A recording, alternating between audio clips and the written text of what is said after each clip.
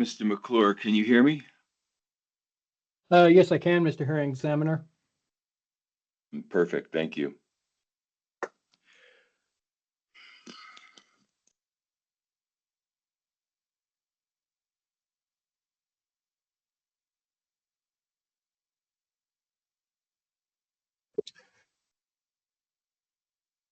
Are you ready to begin? I am, if you're talking to me. I am, thank you. Mr. Cogswell, are you ready to begin? Yes, sir. Okay, thank you. Freya, we're going to begin so you can start recording. It is 8:58 a.m. on February the 27th, 2025. This is one of the regularly scheduled dockets of the Oil Conservation Division. My name is Gregory Chikalian. I'm the hearing examiner. I'm joined by Dean McClure, who is our technical examiner today. And let's get to the business at hand. We are starting with a notice of violation case where the Oil Conservation Division is the complainant, and we have M&M Energy, who is the respondent. This is case number 25165. Entries of appearance, please. Christy Trevino with the Oil Conservation Division. Good morning. Morning. Do we have the respondent with us? We Ms. have had Trevino. had ahead. no contact. It's going to be Mr. Mickey McGee, Mickey McGhee. Okay. Let's see if he's with us. Can you tell me what you've done to apprise him of today's hearing? Yes, we issued the notice of violation via certified mail and email. And that was shown picked up by the individual. And then we also docketed this, and we also sent the docketing notice via certified mail and email. And through tracking, it shows that it was picked up by the individual. Do you know how long ago it was? Do you know how long ago the docketing statement was picked up by the individual? I can give you that. It was picked up January 21st. Okay. And did that docketing information have today's date and time? It did, as well as the NOV. I also emailed him the docketing notice from the clerk yesterday evening. And is that an email that you've used to communicate with this person before? Yes, it's the information is in OCD permitting, and he's the operator of record, and that's where we received the information. Okay, let's go on the record. What do you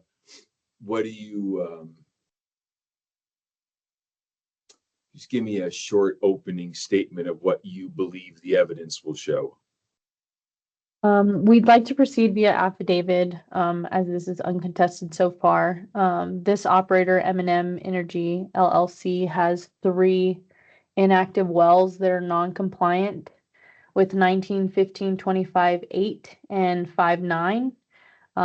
This operator also lacks sufficient financial assurances in accordance with 19-15-8-9. And then no C-115 production reports have been filed since at least of January 2021 in violation of 724 of the rules. Do you know if the state land office is involved in this case? They are not. Okay. Not in my case in chief. Okay. We're going to be requesting from this hearing that the operator plug and abandon all 3 of the wells for revocation of authorization to transport and a forfeiture of any financial assurances and impose civil penalties of $8,100. Okay. Why don't you offer your exhibits?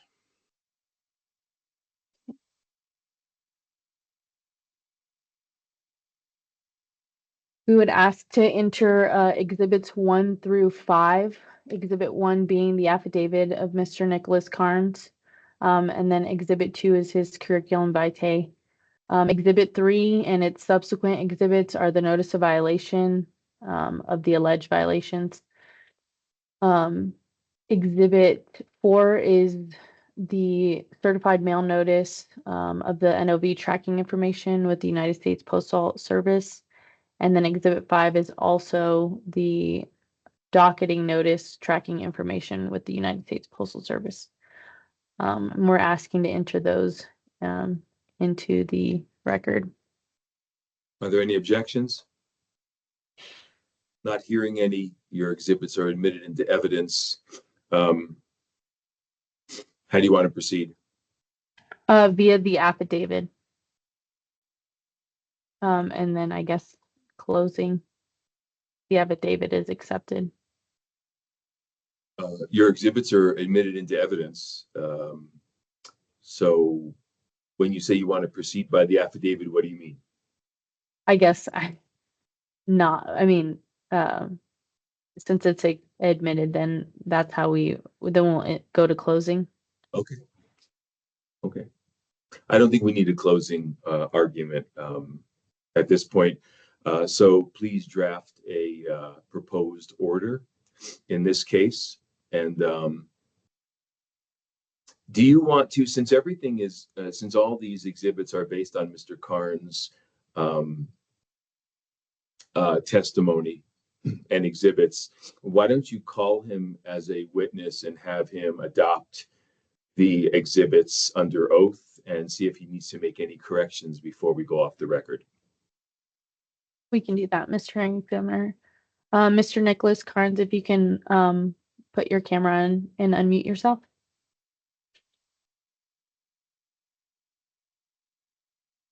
Morning. Good morning, Mr. Carnes. Would you raise your right hand, please?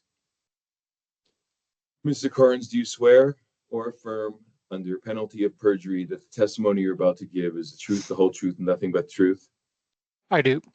Thank you. Please proceed, Ms. Trevino. Mr. Carnes, do you affirm and adopt Exhibit 1, your affidavit of the evidence? I do. Yes. Do you affirm and adopt Exhibit 2, Yes, I do. the curriculum vitae? Yes. Do you affirm and adopt the notice of violation and all the alleged violations as a true and accurate representation of the information? Yes, I do. Do you affirm and adopt Exhibit 4, the certified mailing of the NOV and tracking information? Yes, yes, I do. Do you affirm and adopt Exhibit 5, the certified mailing of the docketing notice and tracking information? Yes. We have nothing further, Mr. Hearing Examiner. Okay.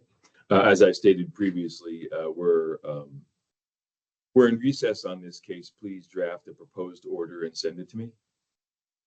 Yes, Mr. Hearing Examiner. Thank you. Is there anything further? Nope. Thank you, Ms. Trevino. Thank you. Okay, I'm now on number 2. This is Oxy USA. It is case 25054. It is a continuation from a previous hearing to cure a notice issue. Entries of appearance, please. Good morning, Mr. Hearing Examiner. Paula Vance with the Santa Fe office of Holland and Hart on behalf of the applicant, Oxy. Good morning now, Ms. Vance.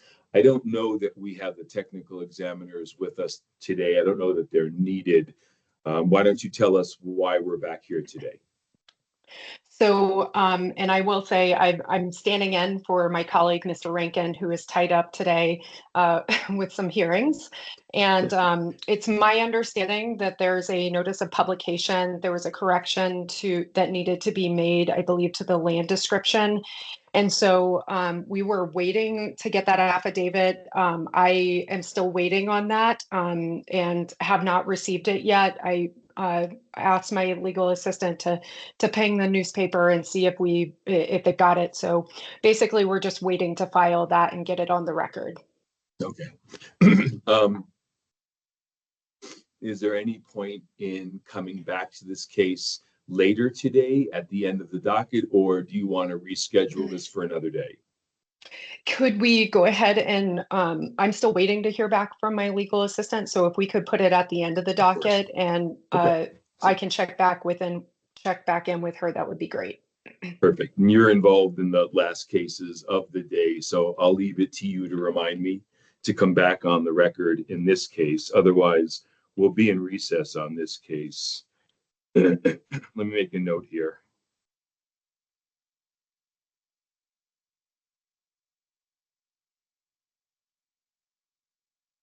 Okay, let's move on. We are now on number 3 on our docket. This is Matador Production Company. It's compulsory pooling.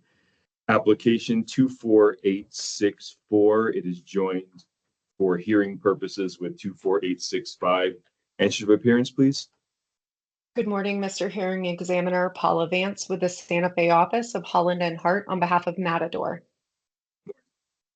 Good morning, Mr. Examiner. Miguel Suazo with the Santa Fe office of Bating Wozniak, appearing on behalf of XTO Energy. Good morning.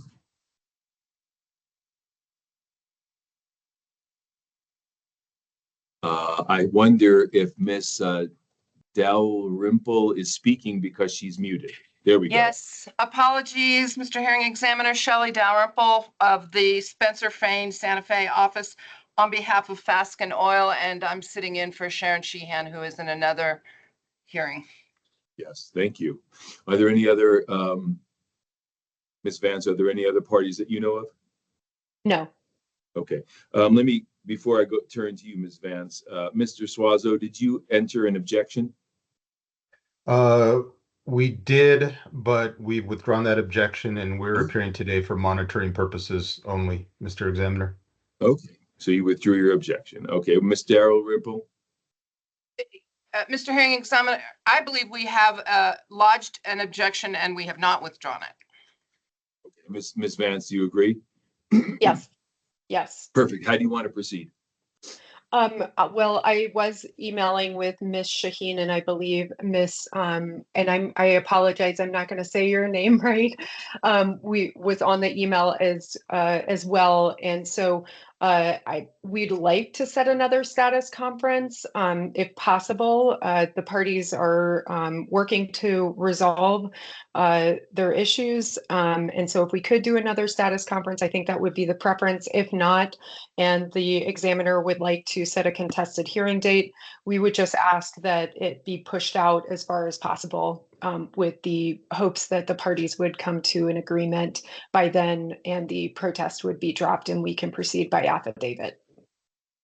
I have some notes here that help me in this case, but let me look at a few things to back that up.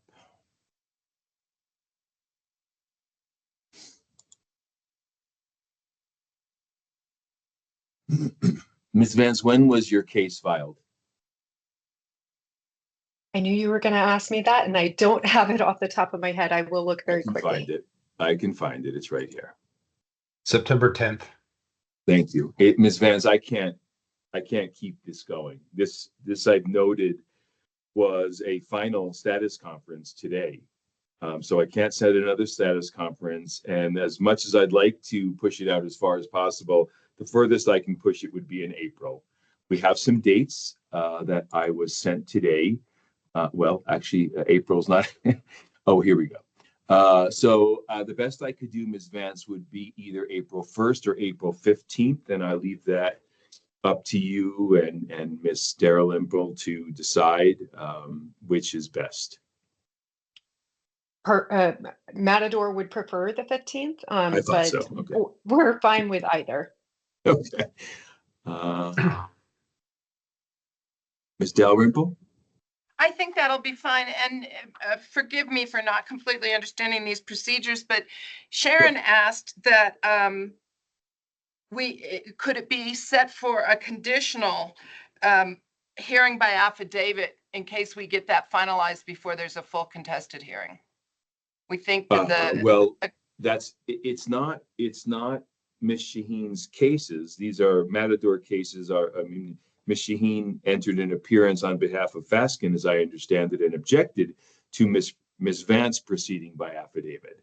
So, of course, if for some reason Fasken settles this case with Matador, she will enter a withdrawal of objection the way Mr. Suazo did, and then this case will be put on a docket where we have a technical examiner to hear it by affidavit. So that's the way it works. thank you. My apologies. We're fine with the April 15th. Perfect. So Freya, would you please make a note that we will, do we already have a case for April 15? We do. So this would be the second hearing set. So, Ms. Vance, it's perfect setting for this. So it encourages you to settle the case with Fasken, but if you can't, we're here to help you out. Thank you. All right, anything further on these two cases? Not from me. All right, Thank you, Mr. Hearing Officer. thank you. Okay, we're in recess on these two cases. We're moving on to Avant Operating. This is 24872. Let's see if it's joined. Yes, with 73. Entries of appearance, please. Good morning, Mr. Examiner. Ben Holliday with the Holiday Energy Law Group on behalf of Avant. Good morning. Good morning, Mr. Hearing Examiner Paula Vance with the Santa Fe office of Holland and Hart on behalf of Apache, Mewburn, and Permian. Mewborn and Permian. And did you enter an objection? I believe some of those parties did, but we've withdrawn all of them. I'm just Okay. monitoring on behalf of all of those parties. Oh, fantastic. Mr. Holliday, are there any other parties you know of that prevent you from proceeding by affidavit? Mr. Examiner, Carrie Hatley entering an appearance on behalf of ConocoPhillips. Okay. And did you enter an objection? We did enter an objection, but we are prepared to withdraw that objection now. Oh, so you haven't yet. Okay. We have not Okay, yet, perfect. but we are ready to. Perfect. Thank you. Mr. Holliday, are there any other parties that you know of that prevent you from proceeding? There are not. Okay, very good. So then we need to move this to a docket in which we can handle this by affidavit. Yes, sir. Okay, very good. So Freya, when would that be? March 13th. Okay, Mr. Holliday, would you move your two cases to March 13th? Yes. Well, there is one wrinkle. This case, 24872, we can definitely set for hearing by affidavit on the 13th, and I will move for that one. We had a notice of intervention by Paloma on 24873, but I have not heard anything from them. I don't know if they're here today. I guess we can go ahead and set that. If there's no live objection, there's not in the record. I checked this morning. We can go ahead and set that for hearing by affidavit on 13th too. Okay, and now that I think of March 13, Freya, I thought that docket was full at 60 cases. It is full. I am prepared to move some of the new applications to next month. Since this Okay. is an older case, we can accommodate it. Thank you, Freya. I appreciate it. Okay, so Mr. Holliday, you have a notice of intervention. Are you opposing the intervention? No, we're not opposing the intervention. Okay. There was an attempted objection, lack of standing, the filed notice of intervention. I mean, there's no live objection at this point, so we can set it for affidavit. And if there is an objection filed later, I guess we can deal with that as it comes up. And who is the party that's intervening? Apache? It was Paloma Permian Asset. Paloma. And who represents Paloma? Jewel Jimerson. Never heard that name before. Okay. They're a Colorado firm. Oh, all right. Okay. All right. Have you reached out to them to see if they're objecting? I haven't. Okay. I will. We had been communicating regarding the intervention, and so there has been prior communication about the case. I have not called and asked them about this. I can and just let them know. And okay. My preference would be to set it for hearing by affidavit. If for some reason that doesn't go forward, then we can set it for contested hearing at the next date. Okay.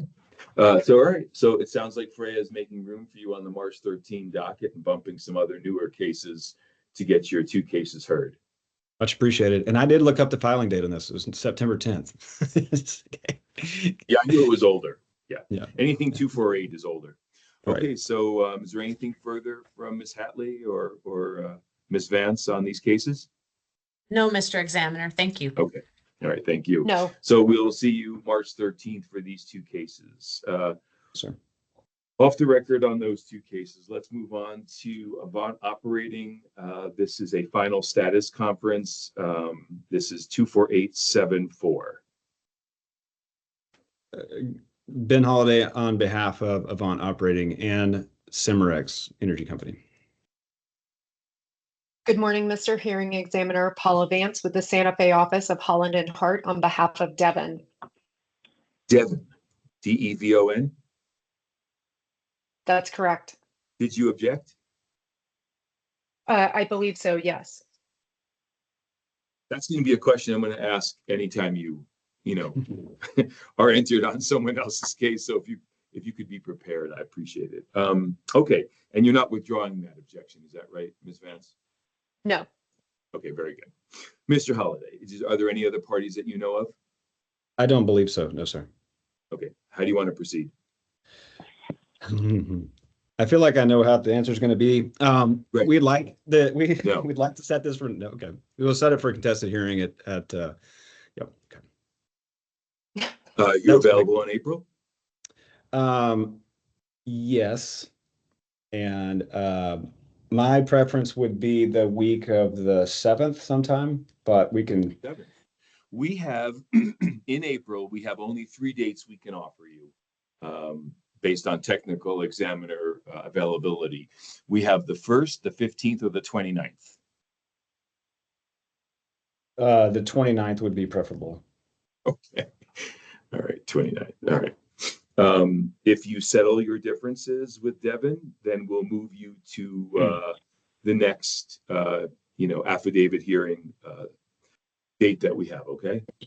Yes, sir. And then I think Ms. Vance and I both expect this to get worked out, but thank you for setting it. Great. And the sooner you settle it, the sooner that we can get this, because this also being an older case, we would give this priority. Yes, sir. Okay. So we'll issue a pre-hearing order in this case for April 29. Anything further, Mr. Holliday? Nothing further from me, sir. Ms. Vance? Nothing. We're in recess on this case. Let's move to Matador Production Company, 24943. Now it looks like it might be joined with some other case numbers which are not in any order that I can understand. 24982, 25091, and 25102. Entries of appearance, please. Mr. Examiner, Jim Bruce representing Matador Production Company and MRC Permian Company, and I can explain the difference in case numbers later. Okay, perfect. Thank you, Mr. Bruce. Good morning. Mr. Suazo? Yes, good morning, Mr. Examiner. Miguel Suazo with Beatty and Wozniak appearing on behalf of XTO Energy in cases 24982, 25091, and 25102. I see. Okay, perfect. Thank you. Good morning, Mr. Examiner. Dina Bennett on behalf of Cimarex Energy in all 4 cases. For Cimarex in all 4. Ms. Bennett, did you enter an objection in all 4 cases? We entered an objection in the Matador cases, which are 24943 and 24982. We are the applicant in 25091 and 25102. Very good. Thank you. These competing applications? They are. Oh, very good. Excellent. Okay. Are there any other entries of appearance before I look at my notes? COG Operating and ConocoPhillips. Ms. Hatley?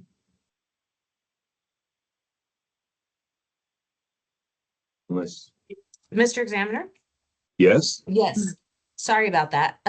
Carrie Hatley entering appearance for COG Operating and ConocoPhillips. And did you enter an objection in any of the 4 cases? We did enter objection, but we withdrew those in December. Okay. And Mr. Suazo, did you enter an objection in any case? Yes, we did. Which ones?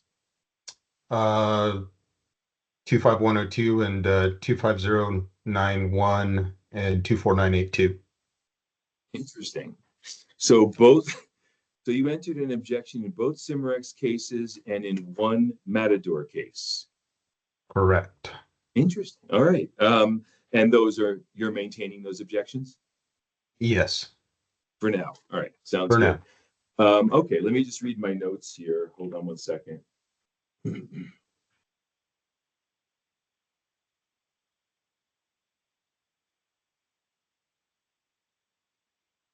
And all this information was in Freya's notes. That's how complete they are. Thank you, Freya.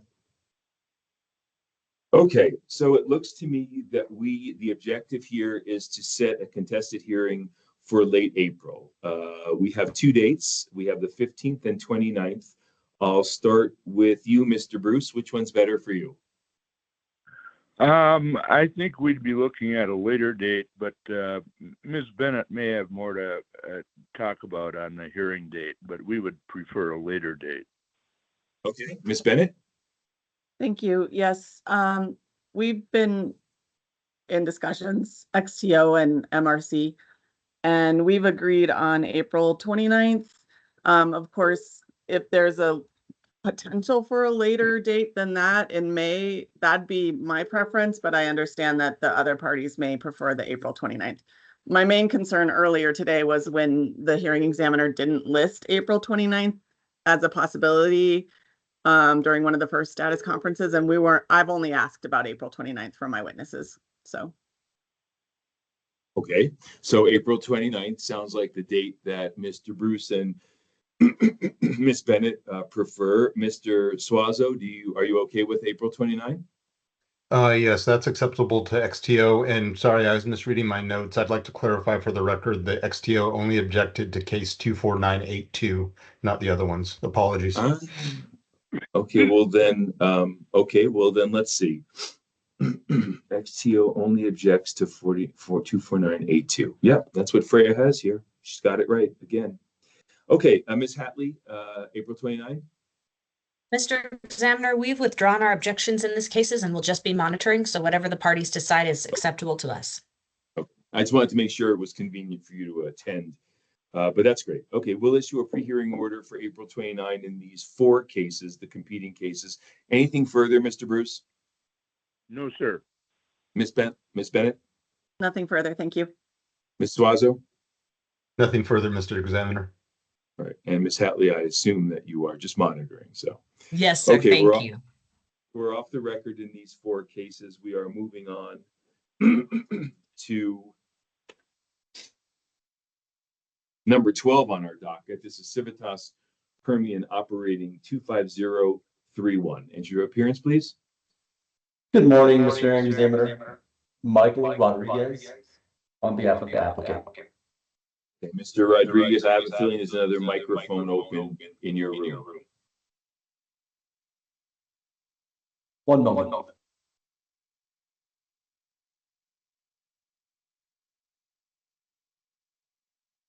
I'm going to try to log in from my phone.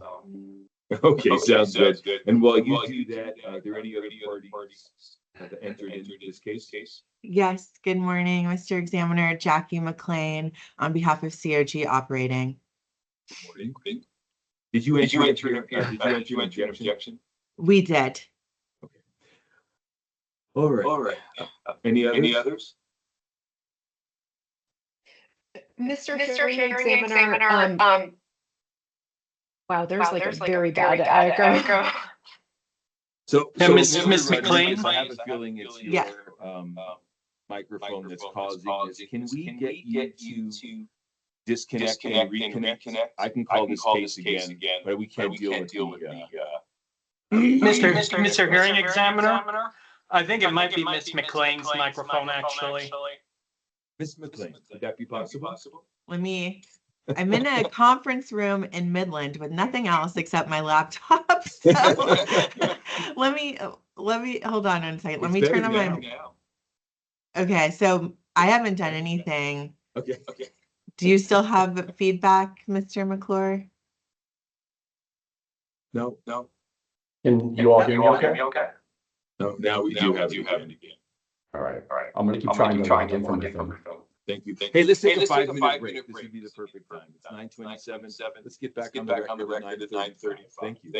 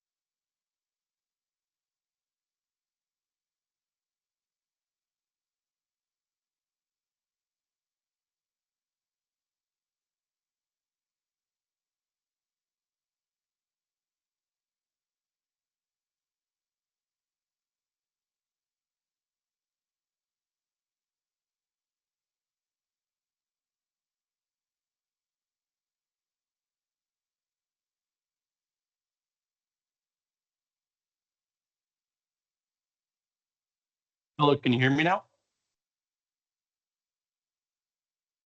Yes, we're able to hear you. No feedback?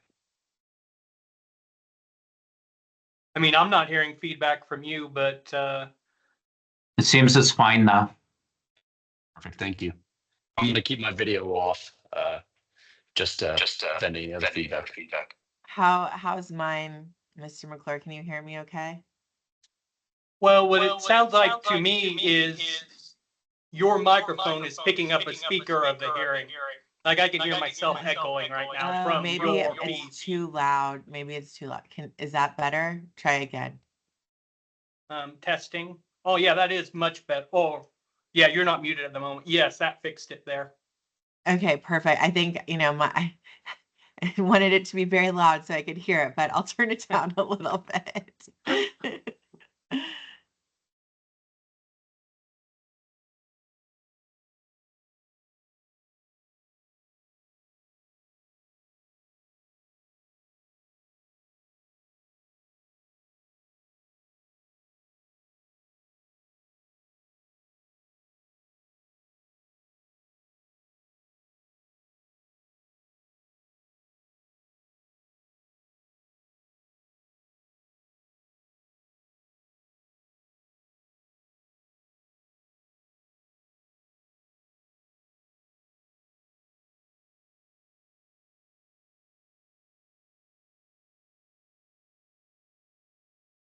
Mr. McClure, can you hear me okay here? I'm trying to log in from my computer again. Yes, sir, I can. Perfect, okay.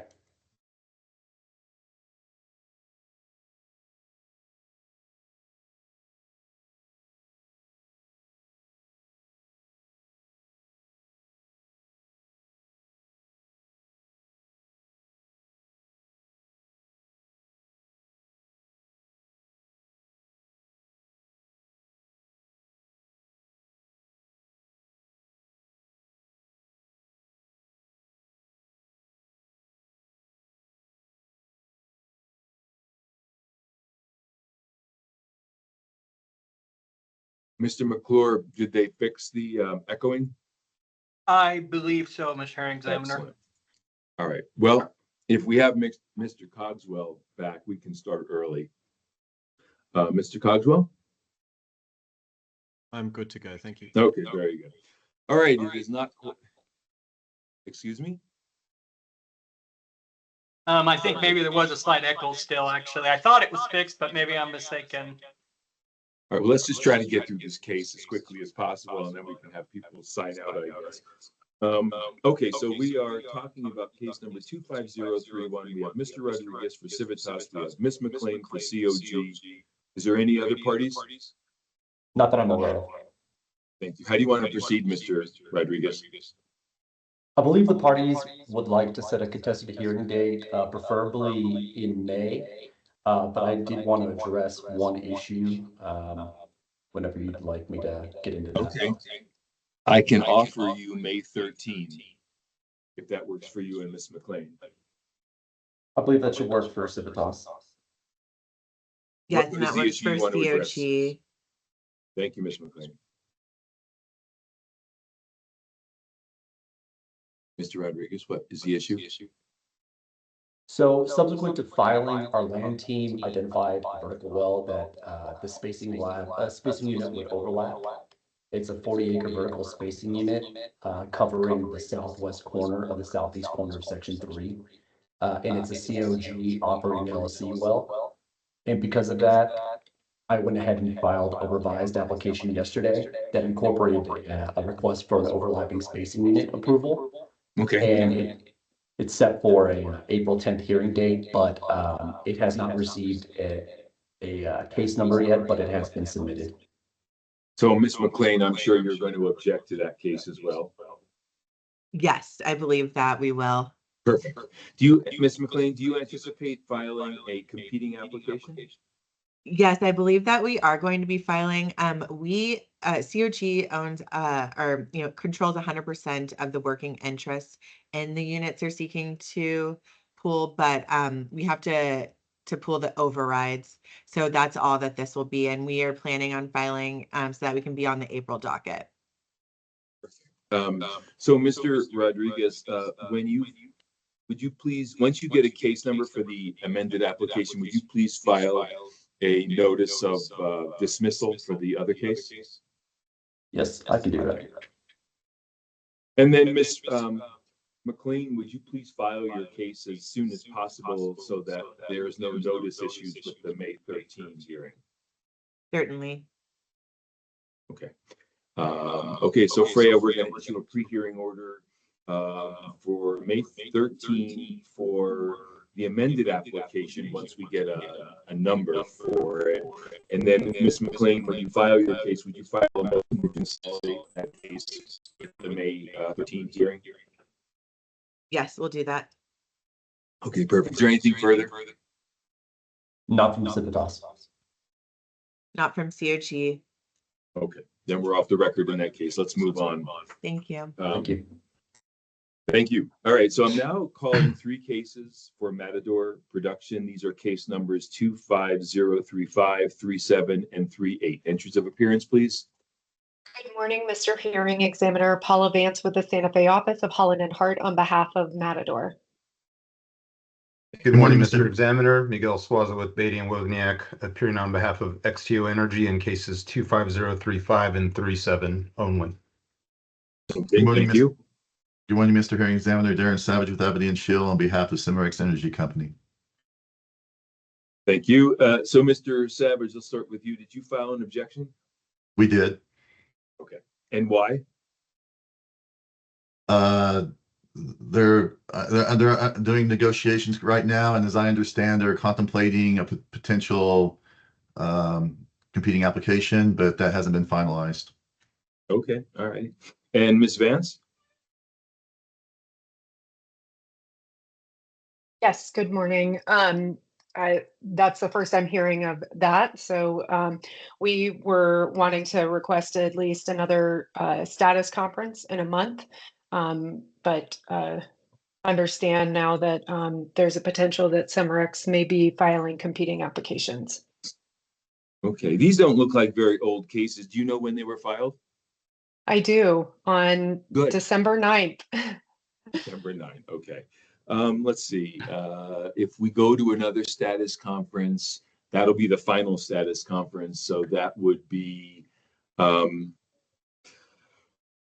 right. And Mr. Suazo, are you objecting? We did initially. We've resolved our concerns, which is over acreage and a number of other development plans, and we've withdrawn that objection. So just here for monitoring purposes today in these 2 cases. Perfect. Thank you, sir. Mr. Savage, let me come back to you for a moment. Do you have any idea how much ownership you have in this on Cimarex's behalf? I don't know the details. And if I could just clarify for the record, negotiations are very fruitful, and the potential for a competing application is probably minimal, but it is on the table. Okay. All right. So Ms. Vance, how much time do you think you need to at least try to resolve the issues with Cimarex? We would like a month, if that works for the division and for Cimarex. Okay, perfect. So, Freya, what would be the status conference docket in March? It's March 27th. March 27th. So it's almost exactly a month, Ms. Vance. Does that work for you? Yes. All right. This will be the final status conference. It'll be March 27. At that point, if these cases are not, the objections are not withdrawn, then we'll look to set this for a contested hearing in May sometime. That'll be 2 months out. And let me give you, Mr. Savage and Ms. Vance, let me give you the only dates in May that we have are May 27 and May 13. So please think about those 2 dates as possible contested hearing dates. I do not want to do a contested hearing on my birthday. Which one is that? 27? The 27th. Oh, so we're 2 days apart. So you must be a Gemini. I'm a double Gemini. Both my parents are Geminis. Oh, congratulations. I'm 2 days after you. All right. So we'll give you then May 13, and it makes sense why. So May 13. All right. Thank you, Mr. Savage. Anything further? No, thank you. Thank you, Ms. Vance. No. Very good. We're off the record in these three cases. Let's move to Oxy USA. This is a compulsory pooling case 25103. It looks like it's joined to 104, 105, 106, 107, and 108. Yes. Good morning, Mr. Herring. You know, Examiner. Ms. McLean, I have a feeling it's you. It is me. I have a feeling it is. You devil. Okay, so who's representing Oxy here? Good morning, Mr. Hearing and Examiner Paula Vance with the Santa Fe office, Holland and Hart on behalf of Oxy. Ms. McLean, maybe what you could do is you could mute your microphone unless you're speaking. What do you think? Yes, I can do that. Okay, good. Would you enter an appearance, please? Certainly, Jackie McLean on behalf of 3R Operating. Also, Okay. Gemini. Oh, really? May 26th. And I think Mr. Chakalian, my son, shares your May 29th birthday. Along with JFK, as you Yes. probably knew. So Oh, you knew that. Yes. I grew up So doing that. here I am, all the Geminis together. That's very cool. So, Ms. McLean, did you enter an objection? We did. Okay. Any particular reason? Well, I think we, Oxy and 3R are getting close to coming to a deal. And it's my understanding that we should be able to withdraw our objection in time for them to present by affidavit at the March 13th docket. Okay, thank you. That's good information. So, Ms. Vance, I'm not promising March 13th because we have older cases that may have to go before yours if you do resolve your issues. These are very new cases. Excuse me, Mr. Examiner. Excuse me, so sorry to interrupt, sir. Carrie Hatley entering an appearance on behalf of COG Operating and Marathon Oil Permian in these cases. And we are monitoring only. No objection. So, Ms. Vance, do you want to set these? Do you want to be optimistic and set these, let's say, on the April hearing by affidavit docket? Yes, we would appreciate Good. that. That'll reserve a spot for you because it will fill up, and I don't want yours to get bumped any further than that. So we'll make these a priority for the April. Freya, what is the April hearing by affidavit date? It's April 10th. April 10th. Thank you. 4/10, and good luck to the parties to work their differences out. Anything further, Ms. Vance, Ms. McLean? No. Okay. We're off the record in Nothing the here. Oxy. Excuse me? Oh, I said nothing here. okay. I just heard an echo and I wasn't sure what I was listening to. Okay, thank you. All right, so we're off the record in these cases. Let's go to 3R operating cases, 2512324, and then it looks like 25204 and 25205. Entries of appearance, please. Good morning, Mr. Examiner. Miguel Suazo with Beatty and Wozniak, appearing on behalf of 3R Operating. Thank you. Good morning, Mr. Examiner. Carrie Hatley on behalf of Marathon Oil Permian. Don, thank you. And before I go to you, Mr. Savage, Ms. Hatley, did you enter an objection? We did not. Okay. Mr. Savage? Yes, good morning, Mr. Hearing Examiner. Darren Savage on behalf of WPX. WPX? WPX Energy Permian. Perfect. And so you did enter an objection? We did. Good. And what's the basis of the objection? We do have competing applications that we have filed and noted them as competing. That's the difference in the numbers. Are yours 204 and 205? I believe that's correct. Okay.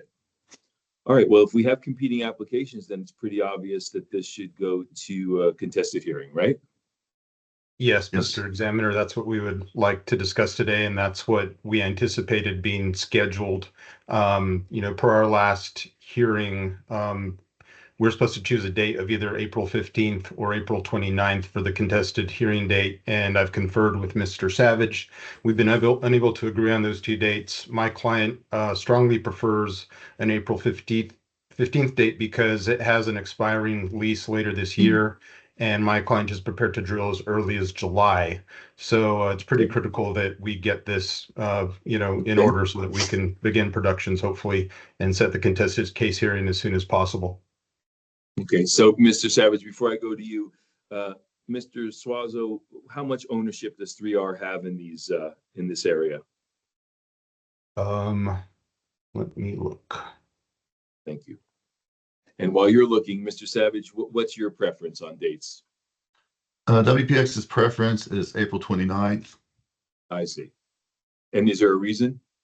Yeah, that works best for WPX's team. And these two competing applications have a overlapping section. And I believe that the lease issue that Mr. Suaze speaks to involves one section, I believe, in which they own 100%. And WPX position is if they wanted to, they could do they could drill and develop that and address the lease issue that way. They could either do 1 mile or they could do a 2 mile with a U-turn. So we feel like that they have an options that would optimize production for them. May I respond to that, Mr. Examiner? Well, of course, definitely. But so Mr. Savage is saying that his client is prepared for 429 and you would prefer 415. What did you want to say? So I confirm that 3R owns nearly 50% and almost one of the two sections involved in the pooling. I think that, what I'd like to raise is that WPX's position is that 3R can drill a 1 mile lateral or a 2 mile lateral, and the geology in this area essentially requires a 2 mile lateral for economic viability, and that's exactly what 3R has planned. So I think that, overall our application and proposals, fit the needs of the area. Okay, I understand. And that's for me, that's neither here nor there right now. Sure. It's your applications, but they're competing applications. So normally I give preference to the applicant when it comes to the hearing date, but here we have competing applications. Mr. Suazo, it seems that 2 weeks is not a huge difference in time for me to override the preference of Mr. Savage. So I'll set it for 429 unless there's a strenuous objection and you can give me some reason why you'll suffer, undue prejudice from it. Yeah, I think I will, for the record, make a strenuous objection simply because, I think time is of the essence. And I will say that WPX has issues with the BLM with its sections. It hasn't, submitted its APDs with the. And so since our client has put in all the work and is prepared to drill as soon as July, and because there is a lease expiration issue, having it sooner rather than later, does matter in terms of weeks. So that's my objection for the record. Thank you. Sure. Mr. McClure, just a question to you for the division's operations. If we hear this case, instead of April 15, we hear it on April 29. Is there a chance that we'll get an order out before that July? What's the deadline in the lease, Mr. Suazo? It expires in October. Oh, October. Okay. Is there a chance, Mr. McClure, that we'll get orders out in July? Mr. Hearing Examiner, I wasn't following the discussion. Is this a competing cases or by affidavit? Competing cases. I mean, it's conceivable, but competing cases do take a substantial more amount of time to write the order for. Okay, I understand. That makes sense. Mr. Suazo, I understand your objection. We are only talking about a 2-week difference. So I'm gonna go with the April 29 date that's agreeable to both parties. And if for some reason your witnesses can't appear on April 29, file a motion and we'll deal with it that way, okay? Yes, Mr. Examiner, we'll make it happen. All right, thank you, sir. Mr. Savage, anything further? No, thank you, Mr. Examiner. All right, you're welcome. Okay, we're off the record in these cases. Let's move on to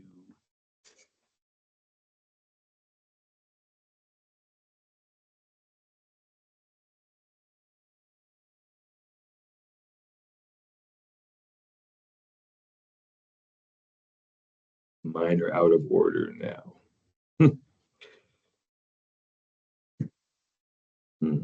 204 and 205 are not.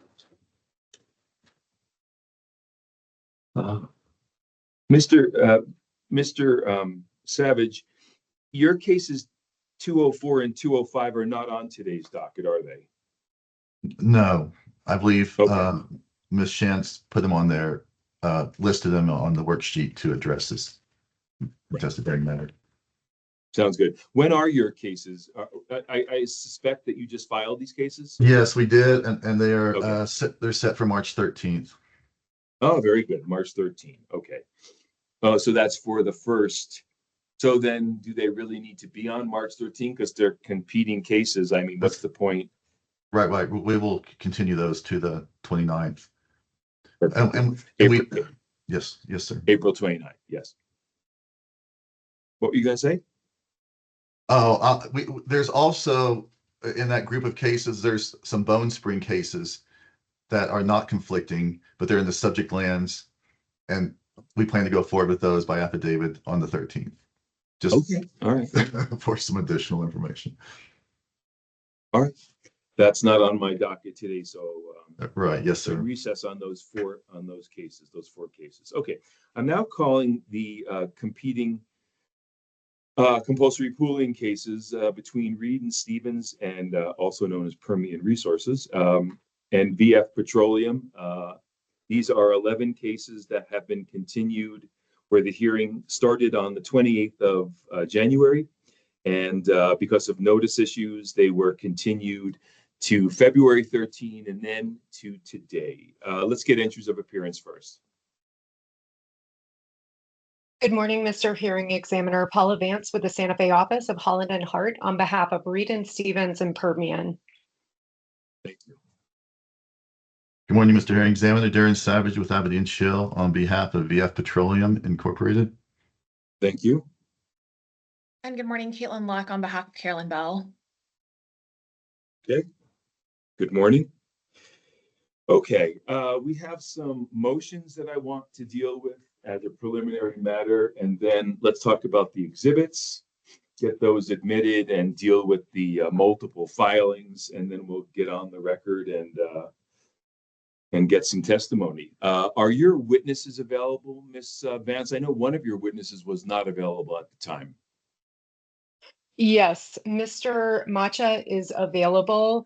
I do believe that our geologist, Mr. Canton, he is unavailable. However, we do have his colleague, Mr. Ira Bradford, who assisted with putting together the exhibit materials, and he is familiar with the applications and is available to answer any geological questions. Perfect, thank you. And Mr. Savage, your witnesses? Yes, Mr. Jordan Shaw, the landman, is available, and Stephen Burke, the geologist, is also available. Perfect. And Ms. Luck, do you have any witnesses? I'm similarly calling Mr. Shaw and he is available. Okay. All right, let's deal with some motions first of all. The first group of motions that I received wanted me to, or asked me to reduce a verbal ruling that I made on the 28th of January to a written order. Just to refresh the record, there was a motion to dismiss Reed and Stevens cases that were newly filed 2 weeks before the January 28th contested hearing, and I denied that. I laid out my reasons why. Today is a continuation of that hearing to cure the notice issue that we did have going into the January 28th hearing. I laid it all out, and there was a assertion from Ms. Luck and joined by Mr. Savage that I needed to reduce that logic to a written order. So Ms. Luck, let me start with you. Where in the rules do you find that I must issue a ruling in writing?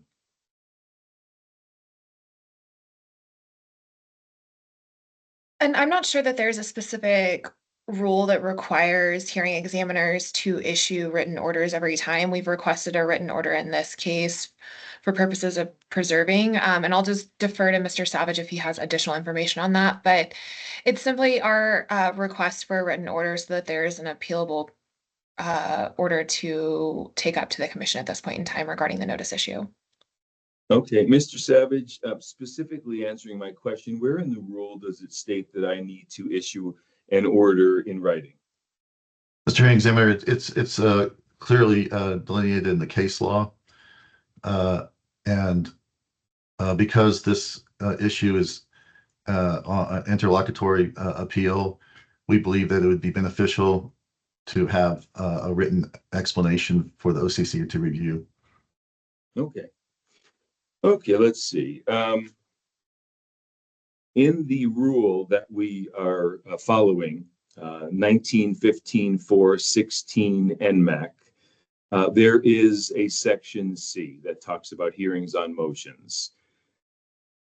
And it talks about the first sentence: the director or division examiner may rule on motions that are necessary or appropriate for the disposition prior to a hearing on the merit. And then it talks about commission, which I'm not going to read.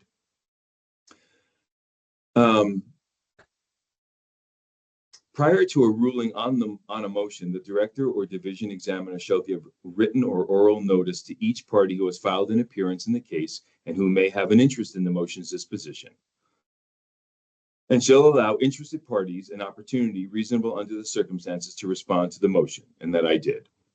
And we did hear from Reed and Stevens. Is that right, Miss? I don't want to confuse this. There's been several motions and responses. Miss Vance, did you respond to this motion for a written order? I did not. Okay, you did not, you said, right? Okay. Correct, I did not. Okay, then it says the director or division examiner may conduct a hearing on the motion following written or oral notice to interested parties, either at a pre-hearing conference or otherwise. And that's all it says.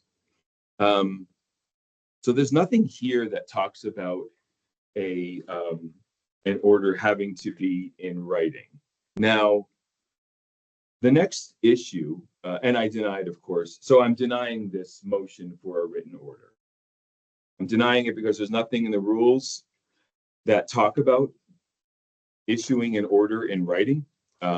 This is under the authority that the hearing examiner has. I will discuss that.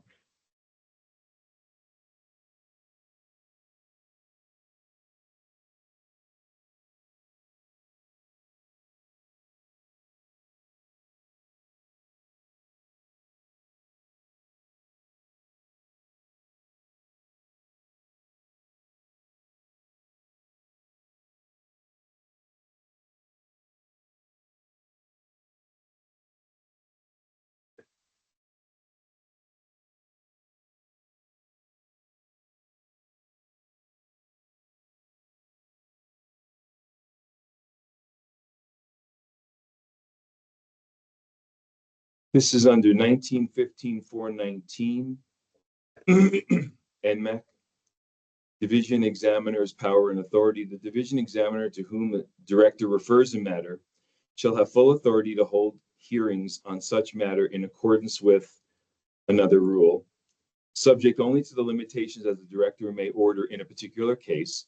The division's examiner shall have the power to perform all acts and take all measures necessary and proper for the hearing's efficient and orderly conduct, including administering oaths, receiving testimony and exhibits, and ruling upon objections that may be interposed. So that's what the rule talks about when it comes to my authority to rule on motions and conduct hearings. And Mr. Okay. Hearing Examiner, may I also direct your attention to 1915-421? I'm not sure if that was cited in our request, but it does indicate that after a division examiner's hearing, that a division examiner must issue a report and recommendations for the division's disposition of the matter or proceeding. And so while I think that that rule generally contemplates a complete proceeding, in this case, we did request a written order due to the nature of the proceeding that was held on January 28th before the continuance to today's date. And so I would just refer you back to 1915-421. Upon the conclusion of a hearing before a division examiner, the division examiner shall promptly consider the proceedings in such a hearing, and based upon the hearing's record, prepare a written report with recommendations for the division's disposition of the matter or proceeding. And so in this case, although it's not a complete proceeding at this point in time, it was that there was a complete issue regarding notice that we felt was proper for consideration and should be appealed up to the commission. So we'd just like to make a record of that. Thank you. Mhm. And I think by your own reading of the rule, this rule doesn't apply to where we are. This hearing is not complete. So thank you, Ms. Luck, for that citation. Okay, so now we have the concept of appealing a ruling on a motion to the commission.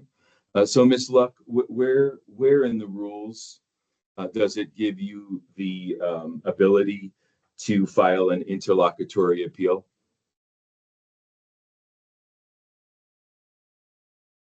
Well, I think that at any point in time, a party of record who's adversely affected by a decision by a division hearing examiner can immediately file a de novo application to the commission. Just referring to 1915-423, when the division enters an order pursuant to a hearing that a division examiner held, a party of record whom the order adversely affects has the right to have the matter heard de novo before the commission, provided that within 30 days from the date the division issues the order, the party files a written application for de novo hearing with the commission clerk. And so that would be what we read as a right to a de novo appeal. Even if there's not a written decision, there was an order entered regarding notice and allowing these cases to proceed at this point in time. And so the commission and the division have concurrent jurisdiction over matters relating to oil and gas in the state of New Mexico. So whether the issue is being heard before the commission or the division, both can simultaneously hear the same issues. Okay, thank you, Miss Luck. Okay, so then there was the notice of intervention that you filed. There was a response to the notice of intervention. I ruled in favor of intervention in this case based on the record from the last hearing. So that issue is decided. I assume you're not appealing that, Ms. Luck. I'm not appealing the notice of intervention decision at this time. No, Mr. Hearing Examiner. Sorry, and I'll defer to Darren if he has something to add. I didn't ask Mr. Savage if he had anything to add, but thank you, Ms. Luck. I'll conduct the hearing if you don't mind. Okay, so now we go to the joint motion for stay of proceedings. And this, Ms. Luck, you filed this or Mr. Savage filed this? Mr. Savage. Mr. Savage, did you file this joint motion? We both executed the motion and I filed it. Can you tell me why you called it a joint motion? We both signed it. But you're not the only parties in the case. Yes, sir. It was a jointly between counsel for Beal, Ms. Beal, and counsel for VF Petroleum. Mm-hmm. And can you tell me where you put Reed and Stevens' position on this motion? It was an oversight that we did not include, but I believe Reed and Stevens promptly stated their position on this matter. Well, that doesn't relieve you the duty to follow the rules. And Rule 1-007.1 requires that you include the position of an opposing party. And that wasn't done here. And Ms. Luck, did you review this before you signed on to it? Yes, I did. And I join with Mr. Savage's statement that that was an oversight, that we didn't include Permina Reed and Stevens' position on that joint motion. It was just filed on behalf of VF and Ms. Bell. All right.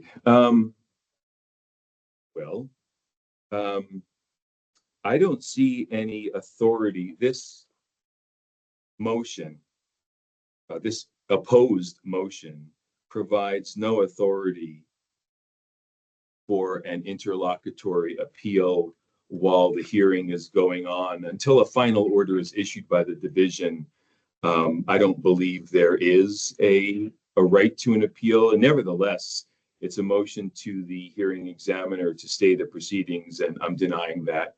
I issued a written order this morning saying so. So this is denied. Okay, now we're here at the hearing. Mr. Let's continue. Hearing examiner, may I? Continue our hearing. Mr. Hearing examiner, may I Mr. Savage? Yes. So if I understand this, at this point, based on your rulings, it sounds like you're denying the OCC appeal. You're dismissing the OCC hearing that was approved. Is that correct? April. I didn't understand what you said. Would you repeat what you said? Yes. So we received approval for an OCC appeal on April 17th to be conducted on April 17th. So it sounds like you're dismissing that hearing. I have no power to dismiss anything before the commission. I'm denying the motion to stay. Okay, so the appeal is still an active appeal and it's been set for April 17th. Is that a correct understanding? You'd have to speak to the administrator for the OCC to find out when it's set. I don't know. If you're ruling on this that the interlocutory appeal is not valid. I'm not saying that. That's my belief.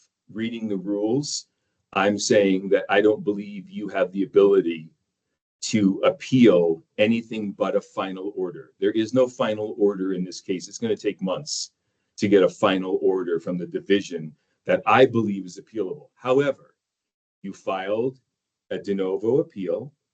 It was accepted by the administrator. I say nothing more about that. I have no other opinion about that. If the administrator agrees with your position and it's dismissed, I would assume that on this issue that administrative remedies have been exhausted and it is ripe for appeal to district court. I answered your question as thoroughly as I can. I don't understand what you're asking now. I was just trying to understand the scope and authority of your denial or belief on the record that a interlocutory appeal is not valid. Well, you haven't provided any authority for an interlocutory appeal. There's no authority here. So I'm not making a comment about that. I just told you that I have denied your motion, your opposed motion for a stay. I did it in writing. You have that document. Now, are you ready to proceed with your case? Yes, sir. Okay, good. Now, I wanted to talk to you about the exhibits because I want, when this hearing is over today, I want there to be one complete document from each party of exhibits for the technical examiners to review. Ms. Vance has complied with that. She has filed a single document that has all of the exhibits, the rebuttal exhibits, all laid out in one document. And that's what I'm asking you to do as well. I know that you have filed rebuttal exhibits separate back on the 6th or so of February. And what I'm asking you to do is after today's hearing is over, depending on what happens with today's exhibits, I don't know what's going to happen, that you combine everything into one exhibit packet and file it that way. I want to avoid confusion. I haven't heard you say anything, Mr. Savage. Understood. Okay, great. Excellent. Okay, so let's deal with the exhibits. Mr. Savage, have you had a chance to review Reed and Stevens' revised exhibit packet that was filed? When was it filed, Ms. Vance? I believe it was the 18th of February. Okay, thank you.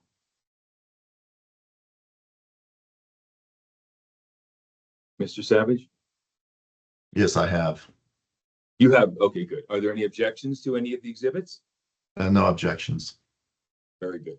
Ms. Vance, your revised exhibit packet filed February 18 is admitted into evidence. And Ms. Chance will take out anything else that you previously filed. Is that acceptable? Yes. Very good, thank you. Okay, Mr. Savage, what do you have filed that we need Ms. Vance's concurrence on? So we did not file any additional exhibits as of the deadline of February 6th. However, we have some rebuttal exhibits that may come into play based on the testimony that we would like to have considered if they're applicable during the testimony to rebut matters addressed. But that would be dependent upon the answers to the questions. Okay, so Ms. Chance, what do we have after the January 28th hearing? Mr. Savage, you were directed to clean up your exhibits and refile them. Do you remember that? And we did. Okay, good. So you did. That's what I'm asking you. When did you refile them? We did it by the we did it. I think I don't have that detail in my head, but I believe we did it pretty readily after that hearing. Okay. All right. So that's what I was asking you, if you had anything that you needed Ms. Vance to take a look at and to either object to or to agree to let in as evidence. So do you want to look, Mr. Savage, and give me the date of that filing so that I can ask Ms. Vance properly? Okay. Thank you.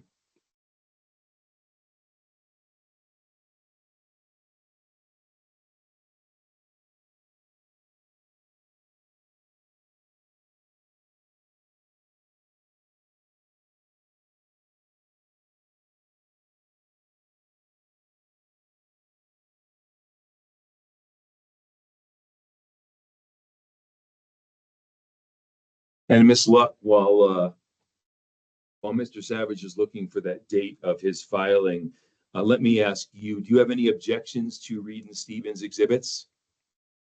No, Mr. Hearing Examiner. Did you say no? No. I want to make sure I could hear you. Okay. Mr. Savage? I have to pull up the case on the website here. I'm sorry for the delay.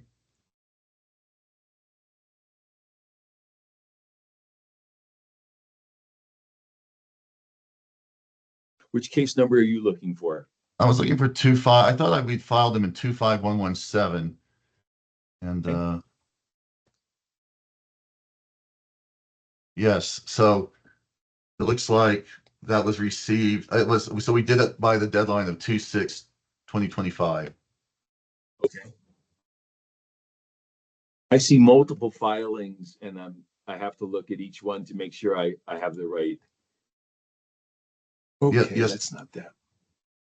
That's okay. It'll just take me a moment. I just want to look at the same. Okay, notice. I see here a notice of rebuttal exhibit. But that's not what we're talking about, is it? No, sir. These were notice of filings amended hearing packet. And we did it for 24994, 24995, and 25115 through 25117. Okay. Okay. I have a 77-page document. Is that the one you're talking about? Well, this one, it looks like it's 77, yes. All right, very good. Does this include that rebuttal exhibit that I just mentioned? The rebuttal exhibit that I'm not sure if I understand. Well, on the 6th of February, the same day that you filed your notice of filing amended hearing packet, you also filed a notice of rebuttal exhibit. Rebuttal exhibit 15. Rebuttal exhibit for 25115? Well, sir, I don't know which case it goes in, but it was filed in 25115. Yes. It's notice of exhibit, rebuttal exhibit 15 is what it's called. Okay.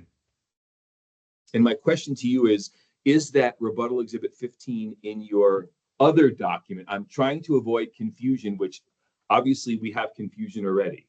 Yes, sir. I apologize.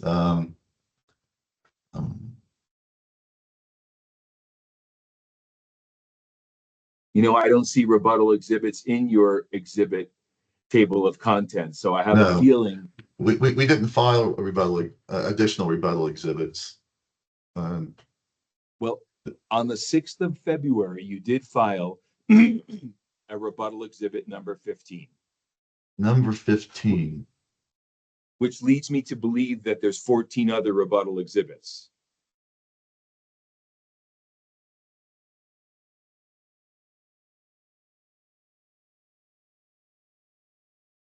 So in 25115, case 25115, there is also a notice of filing amended hearing packet. But I apologize. I don't recall us filing additional rebuttal exhibits. Mr. Savage, would you look in the case that we were talking about originally, which was 25117? Yes, sir. All right. And if you look at the document that's right next to the document notice of filing amended hearing packet, you will see a notice of rebuttal exhibit.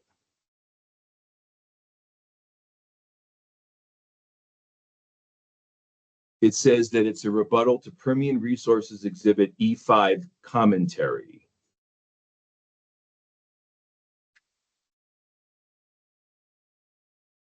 It is right next to, so I see the notice of filing amended hearing packet, and that was dated, posted on 2/7. Look next to it. To the right, to the left. Either Notice way, of, I can't tell you, sir. Yes, notice of, I apologize. Rebuttal exhibit 15. So this rebuttal exhibit, it's called number 15. It's filed in all of the cases based on the caption. Right. This was a geology. The geologist had this, and it was filed to address density, patterns of density, spacing density. Yes, you're correct, Mr. Hearing Examiner, and that was filed in the cases. Yes. So let me go back to the question I was asking you before. First of all, does that mean that there are 14 other rebuttal exhibits?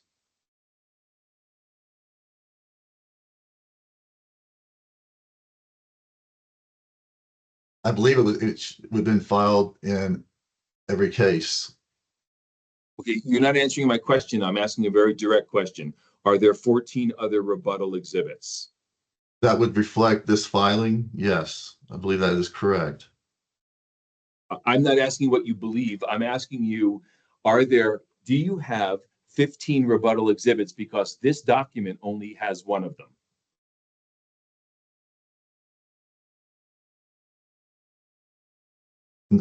No, I think that exhibit 15 would be a continuation of. I see. Of the order. Okay. Yes. Okay. So then it's just the choice of words you used here, which leads to confusion because it looks like. So this really is rebuttal exhibit 1 then. Well, this is a singular rebuttal exhibit. Fine. Is this rebuttal exhibit included in that packet that you also filed that same day? No. Okay, very good. Okay, so what I'm directing you to do is at the end of today, let's clear the confusion and you file a new exhibit packet with both of these PDFs merged so that one document has all of your exhibits. And if you want to call it Rebuttal Exhibit 15, that's your choice. I'm not telling you what to change the number to, but it does lead to confusion because it looks like there's 14 others. Understood. Okay, anyway, so Ms. Luck, have you reviewed the exhibits that VF filed? Yes, and I don't have any objection to those. Thank you. Okay, Ms. Vance. Yes, I've reviewed them and I do not have any objections. Fantastic. So let me be very specific. Mr. Savage, your amended hearing packet filed on the 6th of February that includes a table of contents with tab 1, 2, 3, and 4, and your rebuttal exhibit number 15 are admitted into evidence. Is there anything else that you want to deal with preliminarily before we begin the hearing? Mr. Hearing Examiner, as I mentioned, we may have additional rebuttal exhibits that may come up to respond to testimony and answers during testimony. And I would like to ask, as a preliminary matter, could we address those if they're appropriate? You always have the opportunity to present a rebuttal case, as long as you can show me how it is properly admitted as a rebuttal exhibit, then of course you do. But since there's nothing to be offered right now, there's nothing for me to consider. So are you ready to proceed with the hearing? I am. Okay, very good. And Ms. Vance, are you ready to proceed? Actually, do you mind if we take a short break so I can run and use the restroom? I don't mind at all, but when you come back, will you be ready to start? I will. Thank you. Okay, good. And before you go, Ms. Vance, I want to clear up the order that we're going to deal with things. And Ms. Luck, are you ready to proceed? Yes, thank you. All right. So, Ms. Vance, since you didn't have your landman available, I would like you to finish presenting your case. You began on the 28th, but you didn't, because first of all, 4 of the cases had not been, the notice had not been cured. We had that issue, but also you had one witness who was missing. So I'd like you to finish presenting your case. And then we'll go to Mr. Savage, especially because it sounds like he may have some rebuttal evidence. And I know Ms. Luck would like to cross-examine your witnesses to bring out more of what she had already began to explore in the first hearing. So, Mr. Savage, is that acceptable? Yes, sir. Ms. Luck, is that acceptable? Yes, Mr. Hearing Examiner. Okay, very good. So, Ms. Vance, when we come back from our break, would you be prepared to have your witnesses sworn in and we'll begin? Yes, just a quick question for opposing counsel is which of our witnesses are they going to want to talk with? Because I just want to make sure that they're all online. Mr. Macha is online, but I just want to make sure everyone is also. Mr. Savage? Yes, sir. So I believe we thoroughly cross-examined the geologist and the reservoir engineer, and I believe that Mr. Macha is the remaining one that we would cross-examine. Ms. Luck? I'm in agreement. That's correct. Okay. Mr. McClure? Mr. Hearing Examiner, I'll likely have questions for both their landman and substitute geologists, I guess. Yeah. Yes. What is the name, Ms. Vance? His name is Ira Bradford. Thank you. And okay. Mr. Hearing Examiner, because it's the questions for Mr. Bradford are going to be limited to Mr. McClure, and it may not take as long. Would it be possible to have let Mr. McClure ask his questions Sure. first? Thank By you. all means. Perfect. Okay, let's go on a 5-minute break, Ms. Vance? Perfect. Thank you. We're off the record.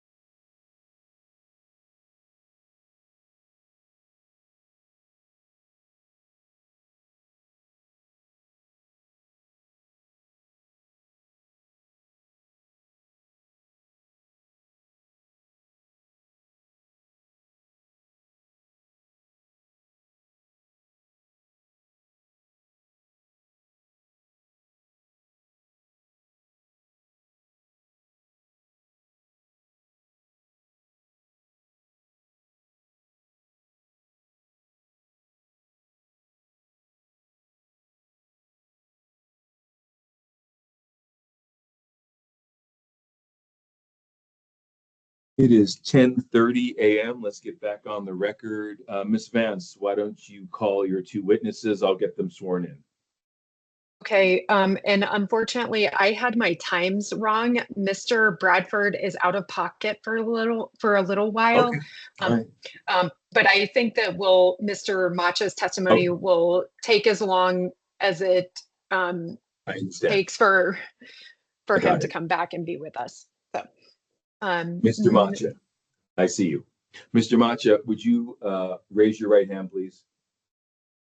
You swear or affirm under penalty of perjury that the testimony you're about to give is the truth, the whole truth, nothing but the truth? Yes, sir. State and spell your name. Travis Macha, Travis Macha. Have you been qualified as an expert before this division? Yes, sir. In what field? Land. Land. Okay, perfect. Ms. Vance, do you want to run through with Mr. Macha the any evidence, any exhibits, have him adopt them under oath and to make any corrections before he stands for cross? yes, please. Go right ahead. Thank you. Mr. Macha, you've already stated your full name. By whom are you employed and in what capacity? Permian Resources Operating. I am the New Mexico Land Manager. Okay. And your credentials as an expert have already been accepted? Yes, ma'am. And you're familiar with the applications filed in these contested cases? Yes, ma'am. And you're familiar with the lands within the proposed spacing units? Yes, ma'am. Okay. And you prepared written testimony in advance of today's hearing? Yes, ma'am. And they are marked as, give me 1 second to just double check, make sure I've got. They are marked as Exhibit C and C1 through Supplemental Exhibit C11, correct? Yes, ma'am. Okay. And these exhibits were prepared in connection with your testimony today? That is correct. And they are attached to your sworn testimony? That is correct. Do you have any corrections or modifications or changes to your testimony that was submitted as part of Exhibit C? No, I do not believe I do. Okay. And do you adopt your written testimony and exhibits under oath? Yes, ma'am. Okay. And you affirm the veracity of the exhibits you prepared? Yes, ma'am. All right, Mr. Hearing Examiner, I would ask that Mr. Macha's statement and exhibits be accepted into the record. And they are. Thank you. Do you have any direct exam for Mr. Macha, or do you want me to move right to cross-exam? You can move right to cross-examination. Okay, well, I don't see Ms. Luck on the screen, so let's start with Mr. Savage. Mr. Savage? Yes, sir. Thank you. Mr. Macha, thank you for your time answering the following questions. If you happen not to hear a question or if a question isn't clear to you, please do not hesitate to ask me to repeat the question or rephrase the question. Mr. Macha, I'd like to direct your attention to your paragraph 19 in your landman statement, where you state that Permian has letters of support from select owners. Are you familiar with those? Yes, I am. Let me go to paragraph 19.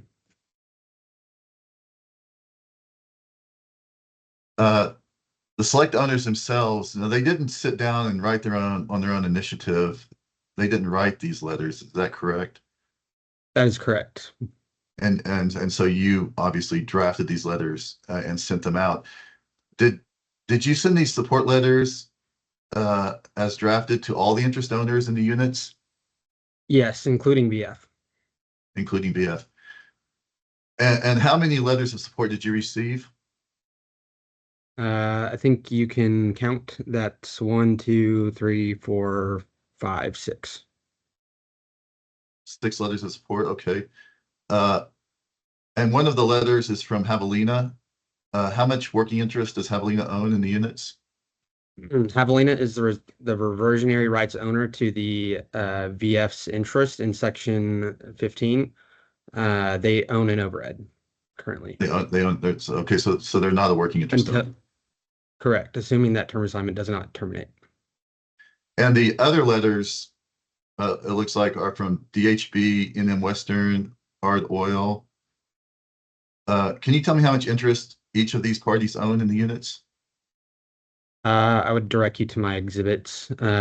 Those are pretty small, yes, but also it's us, Oxy, and then a bunch of small owners. So yes, who has Oxy assigned the JOA? So I also saw that you listed Moore Shelton as owning interest in your ownership. that is correct because that's the record title. Are you familiar with title on that matter? Yes, as of the last, I've not looked at the county record in the last 30 days. But there is no assignment from Moore and Shelton into VF. I understand that VF thinks or has some sort of agreement. I don't think Moore and Shelton has signed any sort of assignment into VF though, which I assume there's going to be some sort of resolution at some point. But at this point, we have to rep Moore and Shelton with an interest. It's like I say, record title. So you did not see a memorandum of a term assignment assigning interest to VF? When was that filed? Mr. Maka, please don't ask questions. Mr. Savage is not a witness. If you can't answer the question based on the way it's asked, just answer it that way. You're the one under oath and Mr. Savage is not. Yes, sir. No, I did not. I've not seen a memorandum filed. Okay, so I am looking at a memorandum of term assignment of oil and gas lease from Warren Shelton Company to VF Petroleum, recorded in book 1191, page 919. Mr. Hearing-Examiner, may I share this? By all means. Is it an exhibit of yours or is it Permian's? It is a title document that addresses whether or not Shelton Company has assigned its interest to VF Petroleum. Okay. The question, Mr. Savage, was, is this an exhibit from Permian or your exhibit? This would be my this would be, it's not in the exhibits, but it is a document that shows the ownership has been transferred. So this is a document that, have you shared this document with Permian yet? I have not. This would be an example of one of the rebuttal exhibits. I got that already, Mr. Savage. Thank you. Okay, so I will. So bring it up on the screen. So this exhibit is for demonstrative purposes only at this point. If Miss Vance chooses to object to it for some reason, you can voir dire the witness, Miss Vance, if necessary. Let's get a look at the exhibit, or not the exhibit, the document. Okay, did that come up? No, I see an email. Oh, sorry. Okay, share. Windows.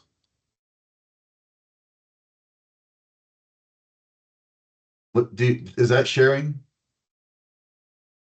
No, sir. Again, maybe you have too many windows open on your computer because it's sharing something you don't want to share. Okay, is it? I hope it's not incriminating. It is, but that's okay. It is. Oh no.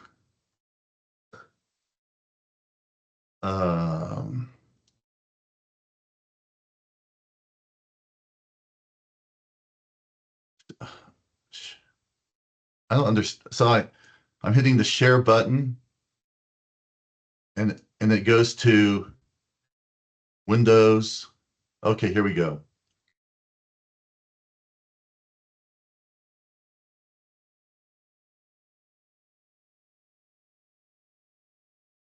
Mr. Savage, if you continue having trouble, why don't you email the document to Freya?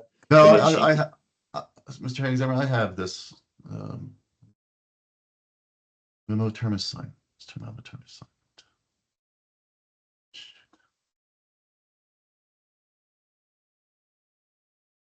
Here we go. Yes, we can see that now.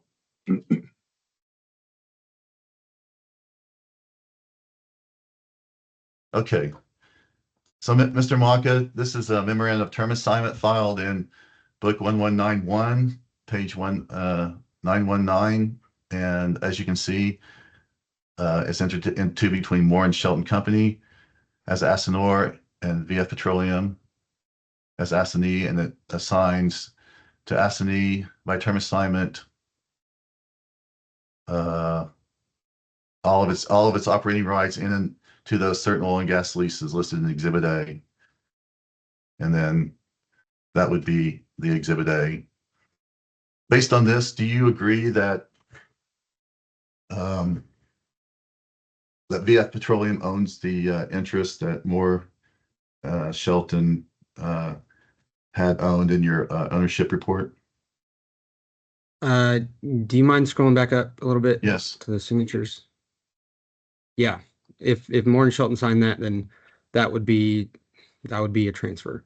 It looks like it was filed this month, so that would not have been in my last 30 days of review. So okay, thank you.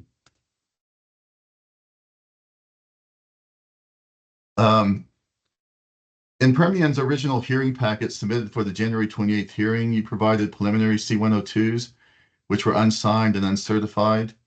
Is that correct? that is correct. Help me understand, why did you provide uncertified C-102s for the January 28th hearing instead of signed and certified C-102s?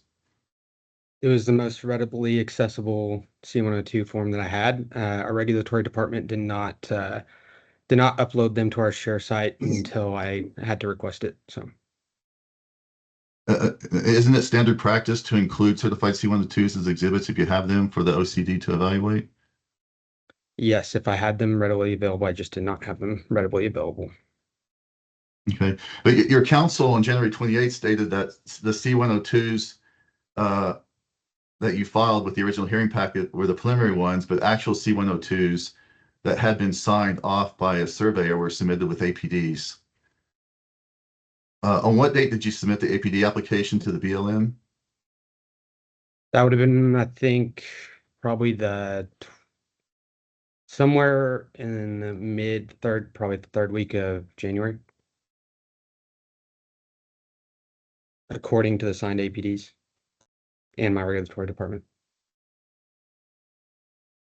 Okay, so in your letter of support, which are dated December 5th, 2024, you state that Permian has submitted APDs. Yeah, so that came from my correspondence with our regulatory department. They had them ready to submit. They were waiting on the 121H and 131H and the north half, which is not in these cases. North half of section 14, because they were corresponding with the BLM on moving a monument marker. They were going to try to just file them all at once.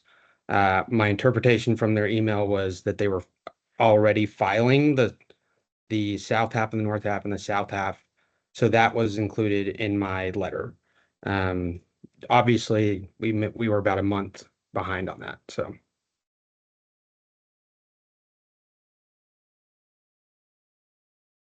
So this was not an accurate statement to the owners. Do you agree with that? It was my interpretation at the time and a good faith statement. So yes, but yes, obviously we were 30 days behind. So is it possible that the recipients signed the support letter and agreed to possibly sign the JOA because you sent them out to all the owners? Maybe even they agreed to sign a JOA because they thought you were on the verge of receiving BLM permits? No owner that has signed the JOA was under any guise from that letter. The letter that was sent to the owners that signed that, I can resend it to them if you would like. I can get emails from them if you would like. but I'm not under the interpretation that that APD statement was the deciding factor. But it was represented to the owners, and as a layman, if you received that, would you not reasonably believe that the APDs had been filed and were likely to be approved? Yeah, I would also view it as a operator telling me APDs are filed and they're drilling wells. So in general, that's a general statement that I would approve of. So you said that Or you disapprove filed. of. You said you filed the APDs the third week of January, correct? The third or fourth. I'm not in the regulatory department. I don't file the APDs. Okay. Mr. Hearing Examiner, I'd like the division to take judicial notice of 43 CFR section 3171 12B, which states within 30 days after the operator has submitted a complete application, the BLM will 1, approve the application, 2, defer action on the permit, or 3, deny the permit. Okay, and Mr. Savage, why are you asking the division to take notice of a federal statute? Because based on Mr. Maka's testimony, if he filed those in the third week of January, then that 30-day time period should come into play. So Mr. Ms. Vance, any objection? No. Okay, we'll take judicial notice of it. Thank you. Mr. Maka, have you received notification approval of your APDs since you submitted the APDs?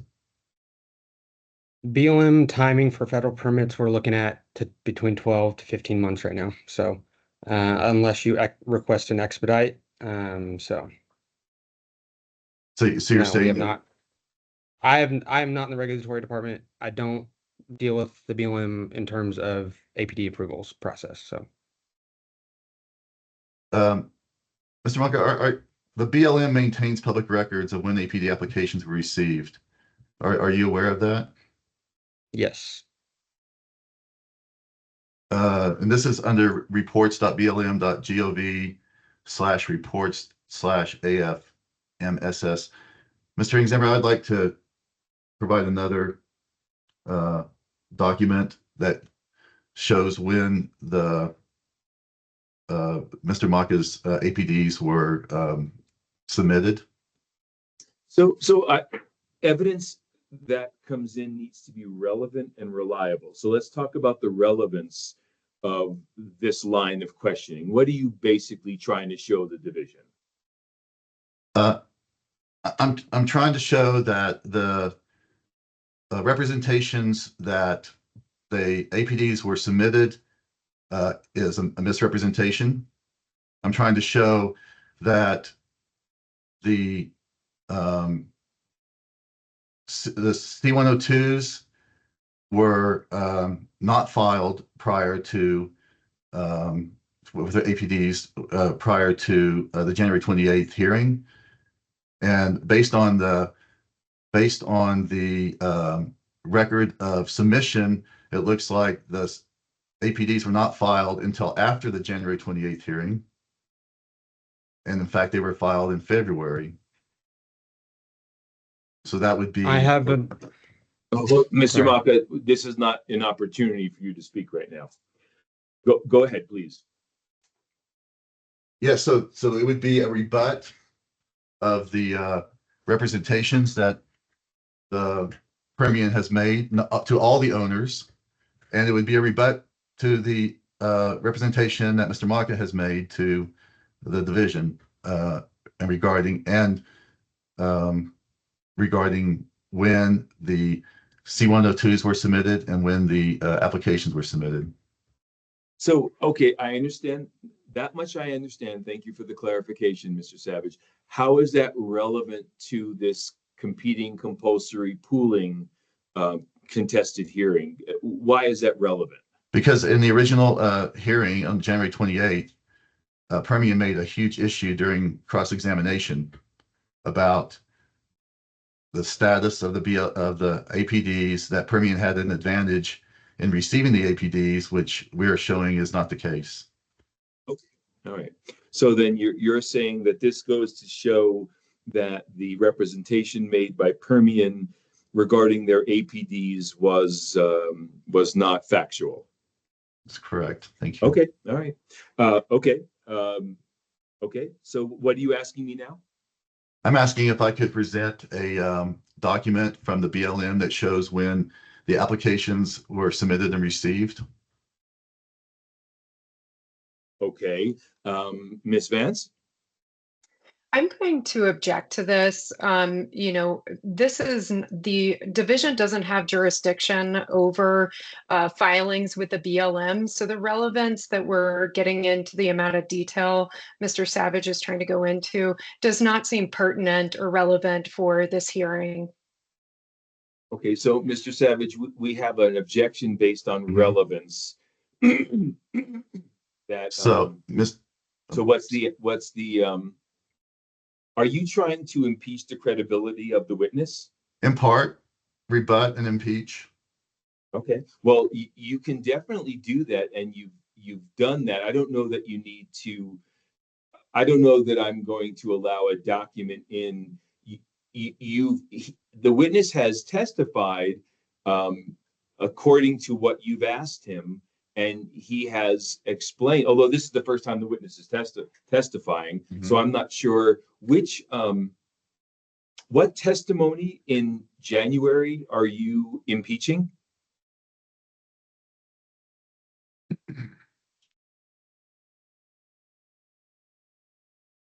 Is there an exhibit or is there a witness's testimony that? Okay, just tell me what you're. Let me find. Perfect. Okay. So, specifically in the testimony, Ms. Vance made a statement on January 28th, stated that the C-102s were filed with the original hearing packet, with the preliminary ones, and the actual ones were signed off by a surveyor and submitted with the APDs. That statement implies that the C-102s and the APDs had already been filed prior to the January 28th hearing. We are going to show that based on the BLM records, that is not the case, and they were actually filed after the hearing. Okay, so Mr. Savage, you know that Ms. Vance is not a witness, so I understand. You're not impeaching Ms. Vance. You're just clarifying when the APDs were actually filed. I think you've done that with this witness here. Do you have any other questions about this? Yes, I do. So, okay, so hold on. Let me make a ruling on the objection. I sustain the objection. I don't believe that you need to admit a document to show what you are doing through this witness. Okay, may I proceed? Yes, please. Okay. So, Mr. Maka, I'm looking at the BLM report. Would you agree that the Slim Jims wells for 113 and 122 were submitted and received on February 20th, 2025? Objection. What's the objection? No. Mr. Maka has already made it clear that he is not the regulatory person for Permian that does the permitting, and he is not the person to ask the dates for filing. Okay, thank you. Mr. Savage, your response? Mr. Maka specifically stated to the owners that he had submitted the APDs. Now, that is a very important representation to the owners, and it is a misrepresentation, and we are just confirming when those APDs were actually submitted. So Ms. Vance alleges that Mr. Maka testified that he is not in the regulatory division and he didn't know when the APDs were submitted, but you're saying that you have testimony from Mr. Maka that that's not the case. Are you saying that he has said two different things here? He has claimed to know, in his representation, he has claimed to have known when those APDs were submitted. Let's take a break for a moment. Mr. Cogswell, do you have any testimony from Mr. Maka that backs up what Mr. Savage is asserting?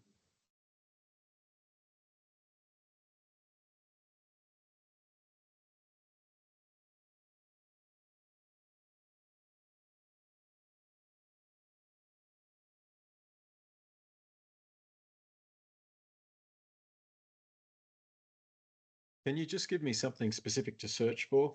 Yes, Mr. Savage, something specific?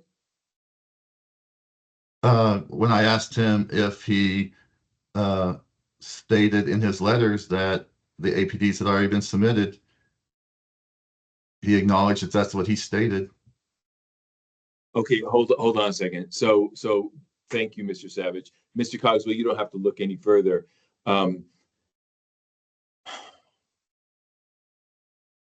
Okay. From my recollection, the witness has stated that he didn't know exactly when they were filed. I understand, Mr. Savage, what you're asking now. I'll allow you to clarify that knowledge with a follow-up question. So I'm going to overrule the objection, Ms. Vance. Mr. Savage, go ahead and clarify. Okay, Mr. Examiner, could the division take judicial notice of the BLM report that specifies that the APDs were received by the BLM on February 20th for 2 of them and for February 1st for the remaining?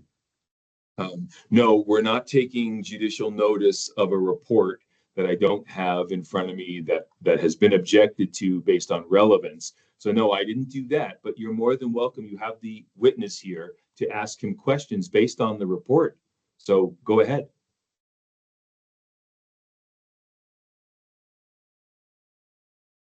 Mr. Maka, would your regulatory department have filed with the BLM APDs based on those dates I just described instead of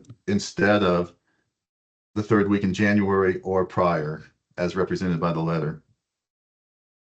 I don't know how the BLM system works, but I have an email with a spreadsheet attached to it that I'm staring at that says that we submitted APDs on January 25th. And I understand if a BLM report is conflicting with that, but I'm not going to say that I understand how the BLM system flows or how that works.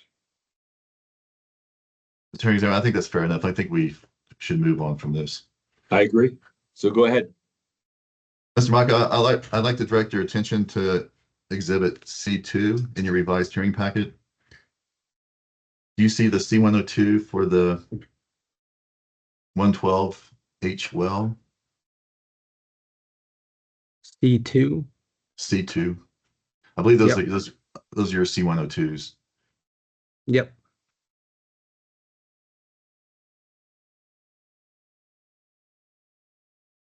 I'm moving up to those as well.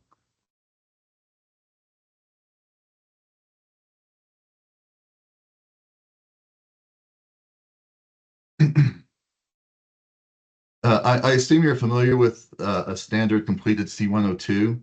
Would that be a fair assumption? That's a fair assumption. Would a completed certified C102 survey show, for example, the distance from the surface hole location to the first take point? Are you saying the distance between on a surface acreage basis, how far a surface hole was away from a first take point? Yeah. So I'm not. I know that you have to say what your first take point is and where your surface hole is. I'm not sure if you. Again, I'm not in the regulatory department, so I'm not sure exactly what you put on for footages there. No. in your experience with C102s, in your experience, they are a comprehensive survey of the distances of all the various subject points, and tracks. Is that correct? I've used C102s through a mineral land lens. I care about the first take point, last take point, what the standard proration unit is, the dedicated acreage. As far as exact footages on the C102 that don't pertain to the actual spacing unit subsurface, I am not that familiar with, no. But when you receive a certified C102, in your experience, it has all that information on it, does it not? Like I say, I'm not reviewing the surface portion of a C102, unfortunately. Well, looking at the survey diagram of the C102 for the 112H, are you able to tell the difference from the surface hole location to the first take point on this survey? Not that I'm aware of.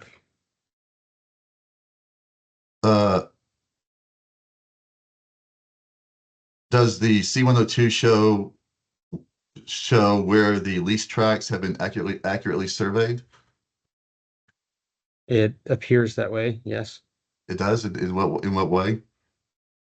You're saying the actual leases, the federal leases that are listed on the C102s, is that what you're saying? It does list the leases, I agree with that. But does it quantify the location of the leases in terms of coordinates or distances of the tracks? I guess I'm not sure what you're asking. Like I say, I am familiar with C102s with the extent as they relate to the subsurface portion of my job. What the spacing unit is, the first take, last take point, dedicated acreage. I'm not familiar with all the surface aspects of everything. Okay. Are you familiar with Mr. Shaw's landman testimony on the January 28th hearing? For the most part. Do you recall that he referred to the C102, that the lack of surveying as a cartoon diagram? No, I'm not aware of him saying that.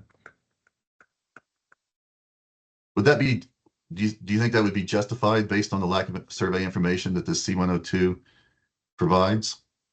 No, I don't think this is a cartoon.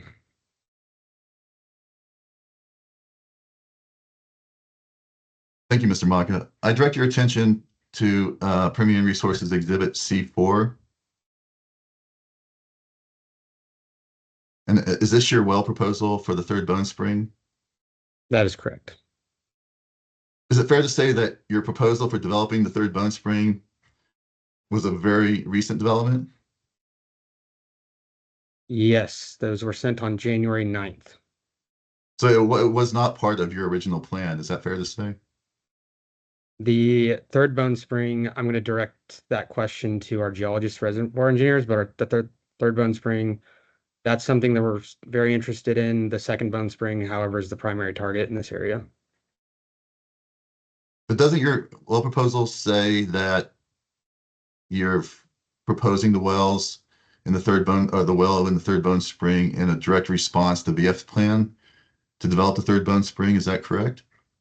Yes, VF filed for applications to pool from the base of the second Bone Spring to the base of the Bone Spring in several cases.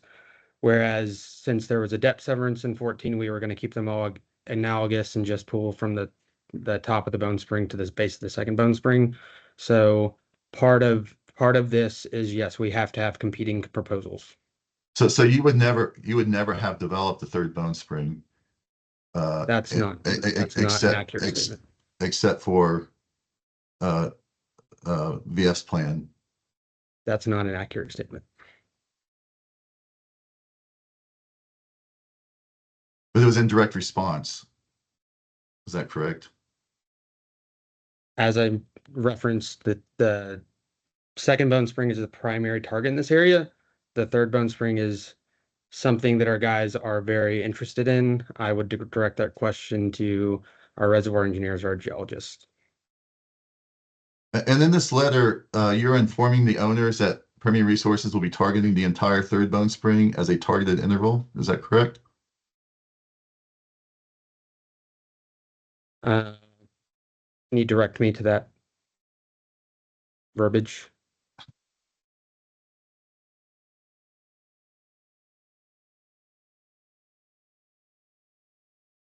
So if the question is, are these the locations, these 4 wells, the locations that we would use to develop the Third Bone Spring as to what we've targeted, this is where we would land the wells in the Third Bone Spring. Okay.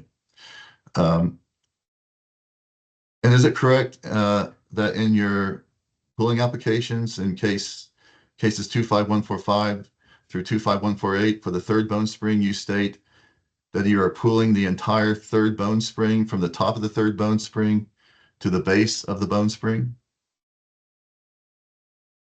That would be correct in all categories except where there's active depth severances. We would be pulling from the base of the depth severance to the base of the Bone Spring. But doesn't your application represent otherwise? Does it not say from the top of the Third Bone Spring to the bottom of the Third Bone Spring? I would direct that question to Paula.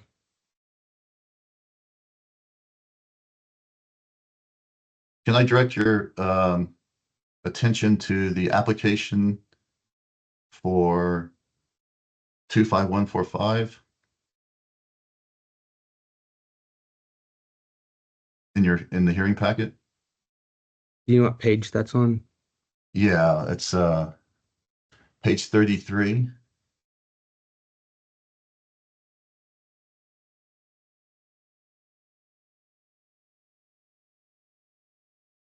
Okay. In the first paragraph, does it not state that you are seeking to pool a portion of the Bone Spring Formation from the top of the Third Bone Spring Formation to the base of the Bone Spring? Does that not include the entire Third Bone Spring? Yes, that would be correct. I think later in paragraph 5 is where I believe we clarify the depth severance at some point somewhere. But again, I would direct that to Paula. Okay. Going down to the abstract that your counsel provided for public note to the OCD for public notice, does it not also state that it's seeking to be pulling the Third Bone Spring from the top of the Third Bone Spring to the base of the Bone Spring? I don't. Do you know what page that one's on? Yes, that is on page 36. Okay. Yes, that's what it says. But then in your landman statement, paragraph 7, you clearly show that you're not targeting developing the entire Third Bone Spring, but only the lower third of the Third Bone Spring interval. Is that accurate to say? We are seeking to pool the ownership in which we're landing the wells. So that would be correct. Yes, that would probably be correct. And consequently, do you agree then that your pooling applications contradict what you're actually seeking? I'd direct that question to Paula. I'm pretty sure we've clarified that, but I'm not fully sure. And based on the plain language of the application and the plain language of the notice that OCD provided, wouldn't you say that they contradict what you're actually seeking to pool? If these are the only 2 documents in front of me, I would say those indeed contradict. But I would have to review everything again. Yes, thank you, Mr. Marcus. In your landman statement, just to clarify the exact portion of the Third Bone Spring that you seek to pool, you state that you seek to pool only a portion of the Bone Spring Formation from 9,397 feet where an ownership severance exists to the base of the Bone Spring. Is that correct? I think that would be correct. Mr. Marcus, is that the only depth severance in the Third Bone Spring? That I'm aware of, yes. And you are familiar with the title in these units? Yes, as far as what our title attorneys and brokers have worked and I've reviewed, yes. Okay, so I have an assignment of operating rights in section 14 from Reed and Stevens to Ms. Beal and other assignees, book 113, page 709, that assigns interest from 3,900 feet to 9,293 feet. Are you aware of this assignment? Off the top of my head, I'm not fully I can't picture it, but yes, I'm aware that there are multiple assignments that have different depth severances. But again, I'm familiar with what my title attorneys and brokers have rendered for my review. So you would agree that 99,293 feet would represent another depth severance? That would be theoretically correct if the assignment was valid. And then in another assignment, section 14 of operating rights from Reed and Stevens to assignees covers the depths from 3,900 feet to 9,290 feet. Are you aware of this assignment? I'm sorry, I didn't have the page number on that one, but let me pull that up. What's the legal description on that assignment? Yeah, let me pull that up here. So this one's in book 71, page 386. The legal description, section 14, northeast quarter, northwest quarter. Okay. Yeah, no, yes, I've reviewed a couple of assignments that VF has provided on the depth severances, but yes, I've also sent them to our title attorneys. They've reviewed. So what we are seeking to pull is, in my opinion, accurate. But would you agree that these depth severances, these are depth severances that your applications and your landman statements have failed to take into account? So not necessarily. So what we're seeking to pull, I think, was like 9,300 some odd feet to the base of the bone spring. Is that correct? Yes, 9,009. Your statement is 9,397 feet. Yeah. So the 9,200 foot marker that you're talking about is above that. So that is not a relevant depth that we'd be seeking to pool with. So I don't think that would be mentioned in my application. But that interval does exist, correct? Possibly. And it would have non-uniform ownership in that interval. Possibly. Possibly. Like I say, my title attorneys and brokers are the ones doing most of the legwork. I'm reviewing a lot of that title and the product of it. And are you planning to land your well in the lower third portion of the third bone spring below the depth severance of 9,397 feet? That is the plan? That's the plan, but I would direct all those kind of questions to our geologist. Okay. Are you familiar with the testimony of your reservoir engineer and geologist, or of your geologist? Have you reviewed that? Yes. Okay. And didn't your geologist say that the entire third bone spring is sand and that there are no barriers or baffling between the severed portions? I can't answer that question being land, but from what I've seen, I can only reference what you are seeing as well, because I'm not an expert in geology. Well, I'm just asking if you were familiar with his testimony, the content of his testimony, not, your opinion on the accuracy of the testimony. Right. So I'm looking at page 63 of the transcript for January 28th, where the geologist says it looks like there's no geological baffle that would prevent drainage. Do you agree that he said that? Yes, I agree that he said that. And page 64. Objection, that's not what's in the record. Okay, Ms. Vance, you have to be a little faster. Sorry. That objection is not timely. So please make your objections timely before the witness answers the question.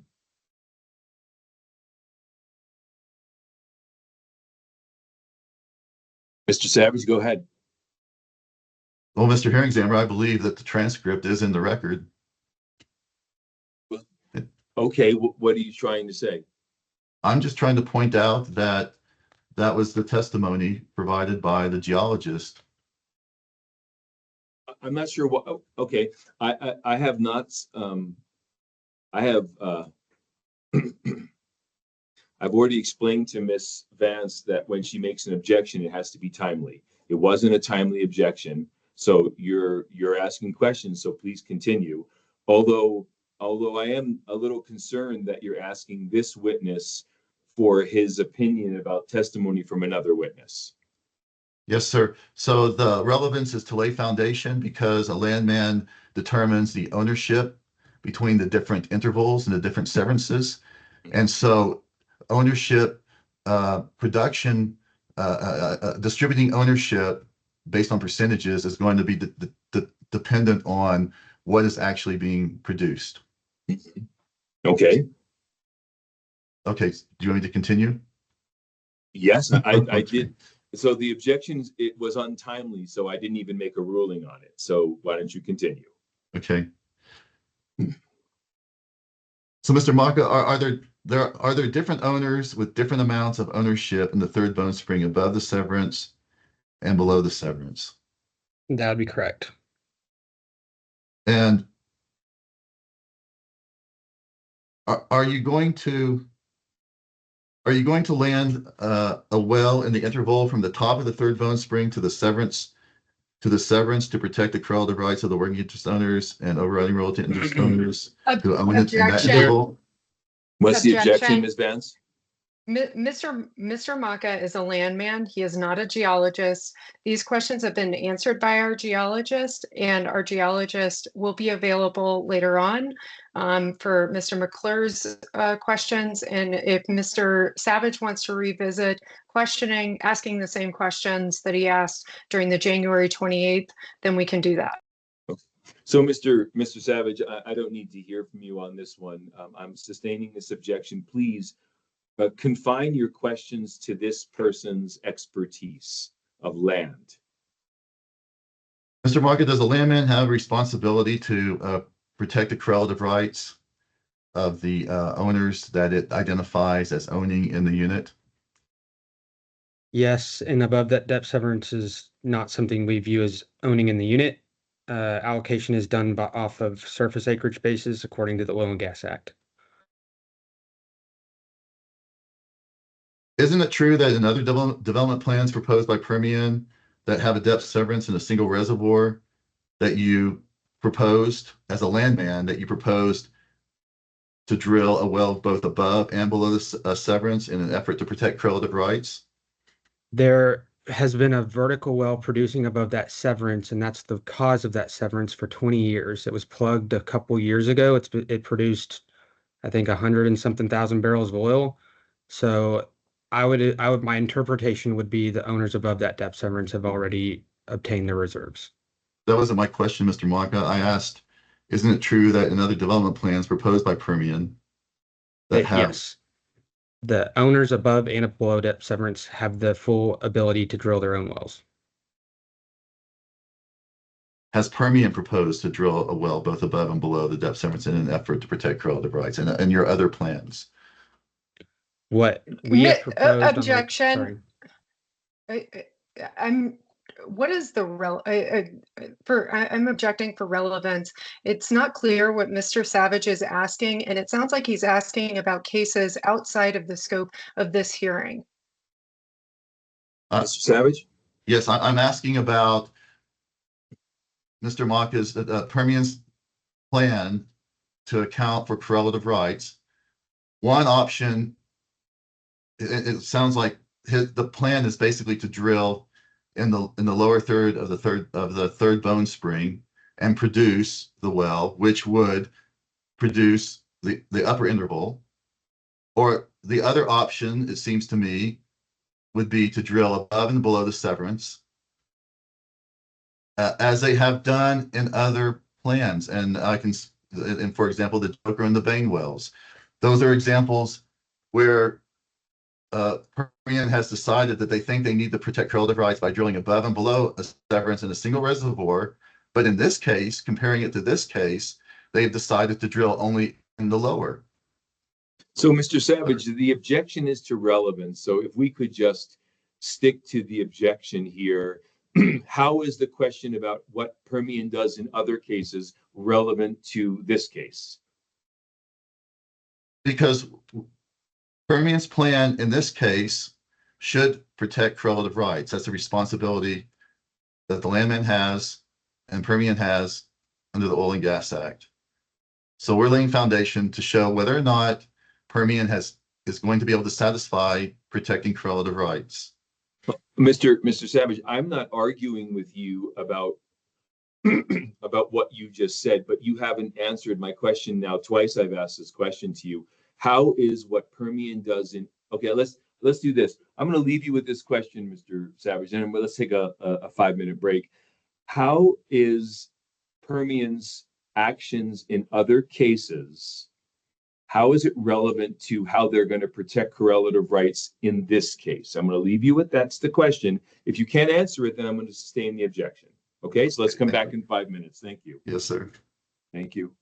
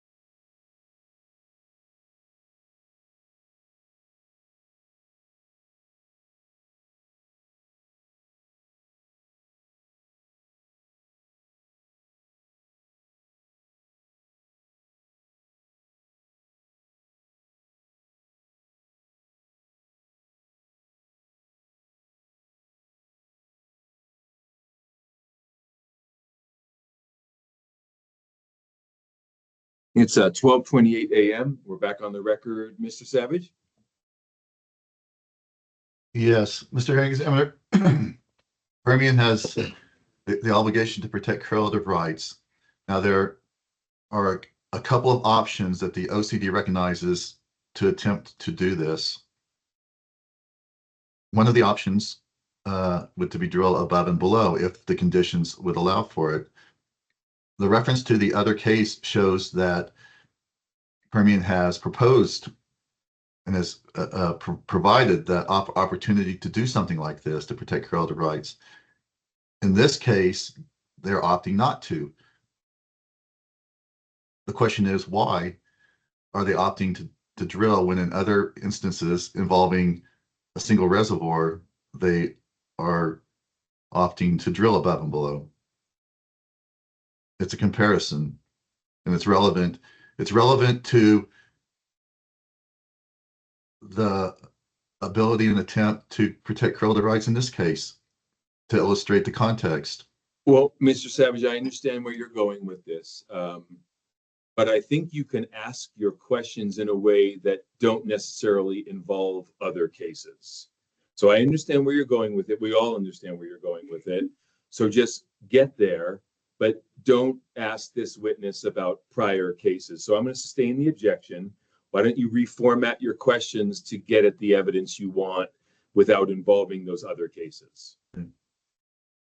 Mr. Maka, assuming that your geologist is correct and that a well in the lower third of the third bone spring will produce from the upper intervals as well as the lower interval, how do you plan to account for the correlative rights of the owners in the upper intervals? My view would be that the allocation method on a surface acreage basis is the most fair and equitable way to do things. The owners above the severance have the right to propose and drill their own well. Did you propose an allocation formula in your plan? No, we don't do that. You did not do an allocation formula. So would not drilling a well in above the interval produce from your lower interval? I'm not a geologist. I don't know. I withdraw the question. Mr. Rocket, does the depth severance in the third bone spring complicate your ability to develop the third bone spring? Not that I'm aware of. Were you able to locate and provide notice to all the owners above and below the severance? We have ownership for everybody above and below the severance, yes. And you provided notice to everybody? That I'm aware of, yes. By notice being, yes, that's what I'm aware of, yes. Tell me, Mr. Michael, why didn't Permian go east and develop section 14 and 13 instead of trying to infringe upon and compete with VF's plan, which would, if you prevail, would limit VF just to the single section 16? We are the majority interest owner of section 15, and we are the successor of the other previous operator of 15, which was Meburn, and VF only owns 57 acres out of 640. So we would view that are the prudent choice and operator of 14 and 15 together. But at the time of VF's original well proposal, and that's September 6, 2023, did Permian own any interest in section 15? No, but we obtained it from Meburn, who did not tell us about VF's well proposals. So at that time at that date that those well proposals were sent out, could you not have evaluated the possibility of developing 14 and 15? I'm sorry, 14 and 13? That's something we chose not to do. We do things based on ownership. We saw 15, we acquired in 15, and we are developing 15. So, but wouldn't developing 14 and 13 harmonize with VF's plan, and you would actually have 4 sections developed with 2-mile plans? I don't think that we should be catering to VF to any degree. We're not going to dictate our development plans around what VF thinks they want to do. Okay. So what date did Permian acquire the Mewburn interest? Do you recall? When? What date? Yeah, when? It's in I think it's in my exhibits.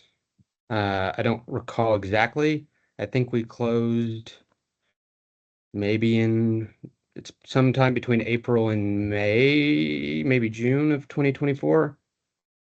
That trade went on for about 6 months. Okay.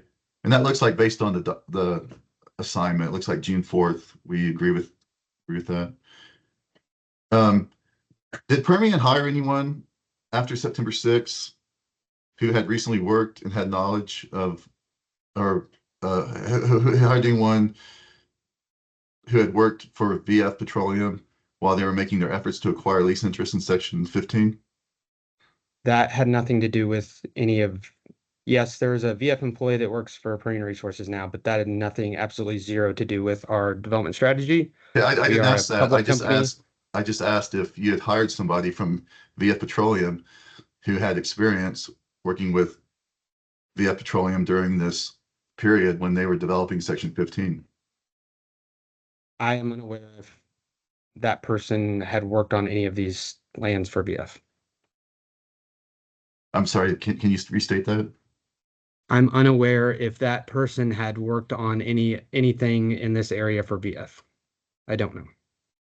Did Permian have actual notice or constructive notice at the time Permian acquired this interest in Section 15 that it was subject to well proposals made by VF?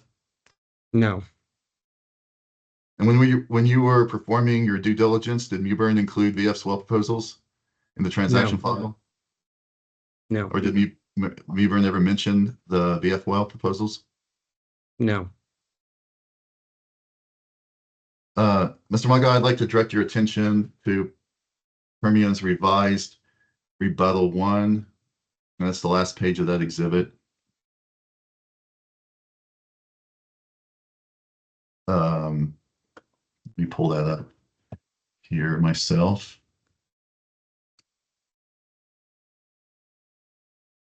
Mr. Savage, while you're pulling up that exhibit, how many more questions do you have for this witness? I have maybe like 6, 7 more. Okay, all right. I'm trying to plan a lunch break here. Yes, I understand. Miss Luck, excuse me, Mr. Savage, hold on one sec. Miss Luck, I see you. There you are. Are you going to have questions for this landman? Yes, Mr. Hearing Examiner, I do. Okay, and can you anticipate how long that's going to go? I'm not exactly sure, but I would say 10 to 15 minutes. Okay, let's try to get this witness, because Mr. McClure also has questions after Miss Luck. Let's try to do all of that so that we can do this before lunch. So go ahead, Mr. Savage. Okay, on the exhibits, you stated that the Oxy signed JOAs. Is that correct? Yes, that's correct. But isn't it true that they only signed the JOAs for sections 14 and 15? That's correct. And then you note on your diagram you have this is page 4. You note that XTO, you state that XTO objects to VS proposal. That's my understanding. You're not aware that at the January 28th hearing that XTO withdrew its objections? I wasn't there, so I was not aware.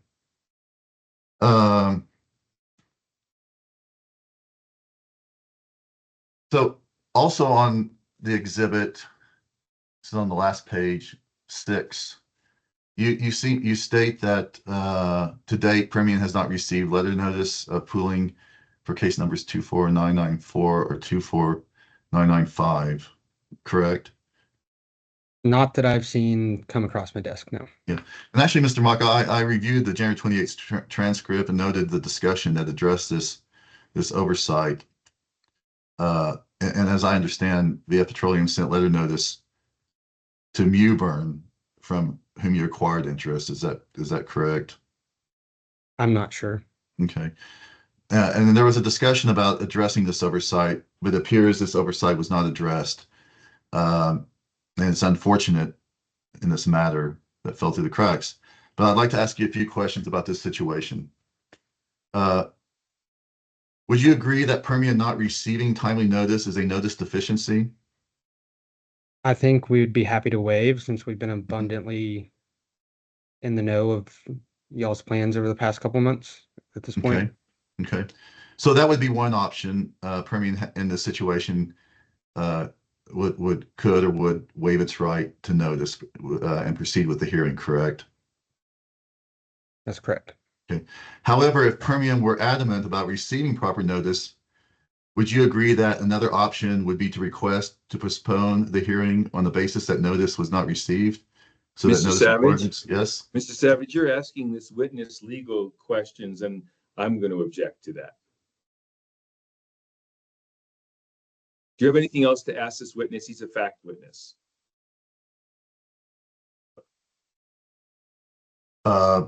It's a fact that, isn't it a fact that Permian did ask for continuance in these cases? Mr. Savage, I've already told you that this is a fact witness that I don't want you asking legal conclusions to. So do you have anything else that's relevant to this before I turn? I think that concludes my questioning. Thank you. Thank you. Ms. Luck? Thank you. I just have a few questions. Thanks for being here, Mr. Maka. And maybe you already covered this with Mr. Savage, but what's the drill schedule for these wells? Do you know when they're going to be drilled? They're currently on the schedule for January 2026. Okay, so we're scheduled 10 months out at this point. That's correct. Okay, and I think that Mr. Savage has clarified this, but the only reason that Permian applied to pull a portion of the Bone Spring here is because of the depth severance. Is that correct? That's the only reason we limited that, the north half, the 131H, that, why we excluded some of the third bone. That is correct. Okay, so is it your testimony that y'all are only seeking to pull a portion of the Bone Spring in the north half spacing unit and not also the south half spacing unit? The south half, north half, I believe, is analogous. So I think we're pulling. There's not a depth severance issue. It's the north half. So. Okay, but so who made that decision about pulling only a portion of the Bone Spring? That was something that I had consulted with our attorneys on. So you would agree that this is a legal decision, not a geologic decision? I would say that we land wells where oil is, and yes, that's the geological and land collaborative decision. Okay, so what other cases are you aware of where the division has only pulled a portion of the third Bone Spring to the exclusion of the remainder of the third Bone Spring? Objection. These are legal questions. Mr. Maka is he's, as you pointed out, Mr. Hearing Examiner, is a fact witness. Ms. Luck is asking about cases before the division, and Mr. Maka is not the person to ask these questions of. Ms. Luck? Well, Mr. Hearing Examiner, Mr. Maka is their land representative, and he's apparently the only person who's appearing from Permian who can answer these questions about the reasons the spacing units were established this way. I think that Mr. Savage and I have both tried to get down to the reason that they've established their spacing units this way, both from the reservoir engineer perspective, from the geologic perspective, and now we're to the landman. So we're trying to get someone at Permian to provide to us the justification for developing the spacing unit in this manner, whether it's from the land perspective that they developed it that way or the geologic perspective they developed it that way. Okay, I understand where you're going with this, Ms. Luck, and I appreciate the explanation. I sustain the objection. I don't want to know about other cases. This case is its own universe, and what the division has done in other cases is not relevant to this case here. So you can ask your questions and get to what you want in a different way. So please proceed.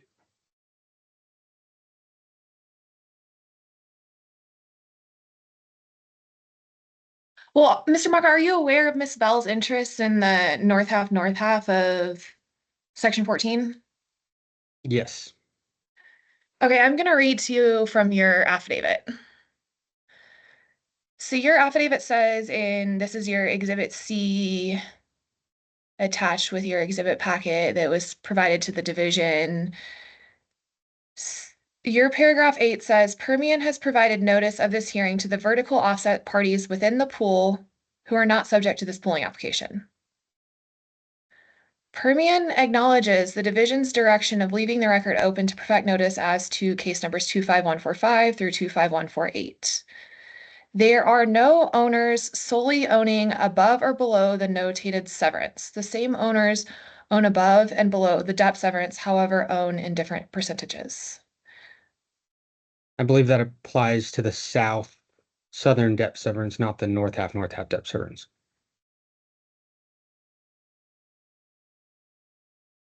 Okay. And so that again brings up similar concerns that I'm trying to get at. Okay, so why were the same procedures not followed with respect to the north half depth severance to first provide them notice, allow additional time to perfect notice, and to recognize their interest both in above and below the depth severance? I don't think I understand your question. On the north half, so sorry, can you repeat? Okay, well, I guess why was the same procedure not followed for the north half spacing unit as the south half spacing unit to recognize the interest both above and below the depth severance? So the south depth severance in the south half unit, the south half and the north half does not have depth severance. The south unit, the same owners were owned above and below. They received notice by virtue of the well proposals. The north half unit obviously is just a little bit different, given there are various owners that own independently from the third, like Darren had mentioned earlier, the 3,900 foot marker to the 9,300 some odd foot marker. So that's just different types of ownership involved.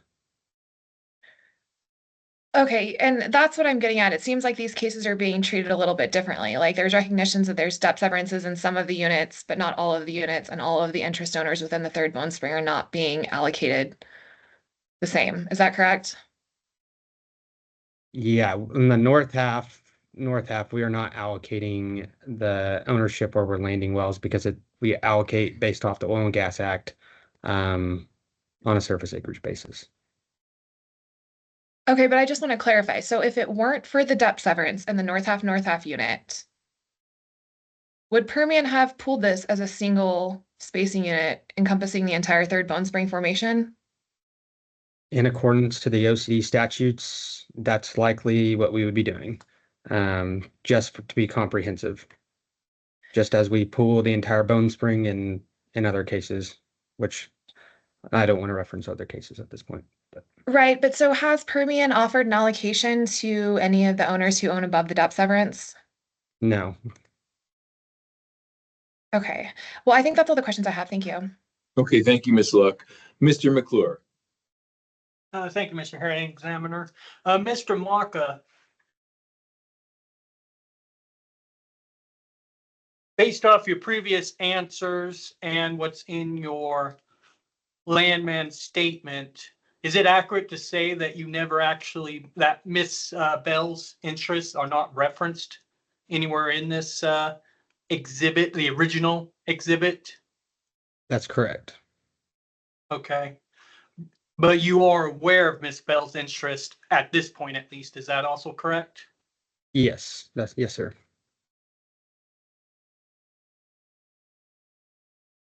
We are Okay, not I'll- seeking to pull Miss Bell in this case, no. Thank you, sir.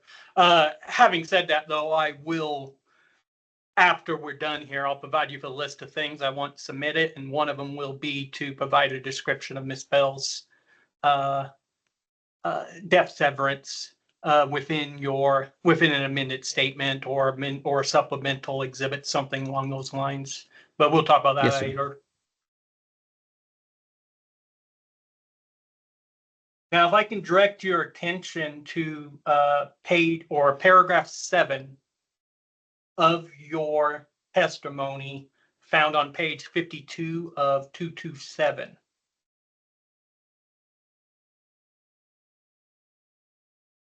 Are you with me, Paragraph sir? 7? Yep. Yes, sir. There's reference to as seen at 8,913 feet measured depth beneath the surface. You see where I'm referring to? Yep.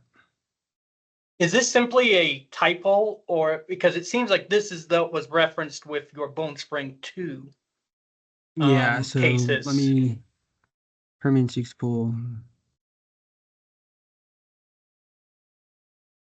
Yeah, that looks like that would have been a copy and paste type error from our second Bone Spring cases, from the top of the second Bone Spring down to the stratigraphic equivalent of the base of the second Bone Spring at that 8,913 foot marker. We would be seeking to pull from that 9,397 feet to the base of the Bone Spring.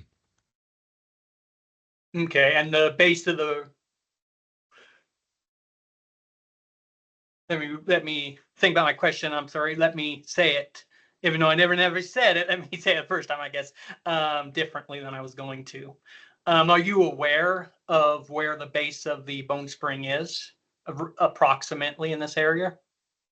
In terms of a footage, I would have to reference back to my geologist, who is now available. Okay, thank you, sir. That's kind of, I guess, why I rephrased it, but I assume that would be your response.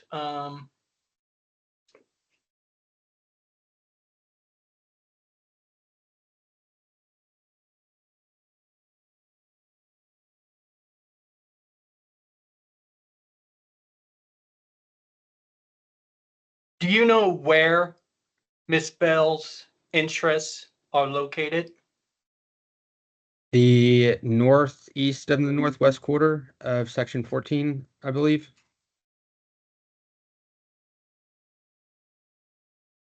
Do you also believe that she owns an interest in other quarters in the north half of section 14? No. I've asked our title attorney to revisit that a couple times since this issue's been raised, and they have found no evidence of Miss Bell owning outside of the northeast or the northwest quarter.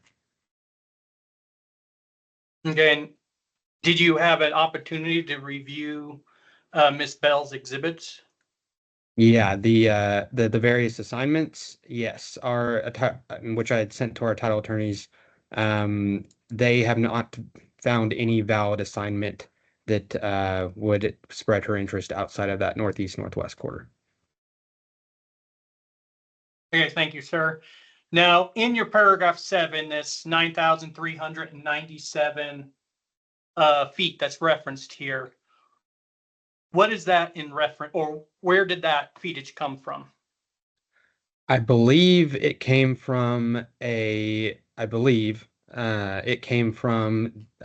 well that was drilled in the 90s down to about 100 feet above that marker. I think it produced for about 20 years up until the past couple of years when it was P&A'd. Okay. Do you have So that's- available to? Go ahead, sir. Sorry, go ahead. Yeah, no, Oh, sorry. That's where the depth severance is coming from. It's coming from existing wells that have already been producing. Do you have available that documentation that could be provided to the division? On the existing well bores, yes. Okay, thank you. So that would also be something else that we'll request later. If I can direct your attention to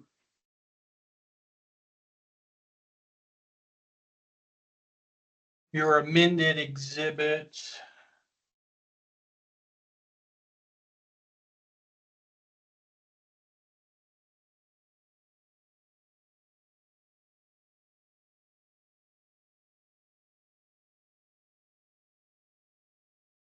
Amended exhibit C8 found on page 148 of 227. Yes. You have 5 of the 6 Permian/Reed cases listed here. The one that seems to be missing is case 25145. Is there a reason for that? Okay. 25145. Do you, off the top of your head, do you know which well / swim lane that would be? Mr. Maka, we already discussed that you don't ask questions, you just answer questions. So if you're unclear about something, just say what you're unclear about. Yeah, I'm sorry. That case number, I need to look at which well / spacing unit that would apply to. It's the north half of the north half in the Bone Spring 3. Okay, cool. Yeah. So, yes, so that one is not included because Marathon did not own an interest in that north half. So there was no adjustment to the interest control. And the Oxy JOA, we had negotiated that one since November of 2024 prior to us sending out the third bone proposals. So we did not include the third bone as part of the Oxy JOA. So that there was no adjustment to the interests in that case.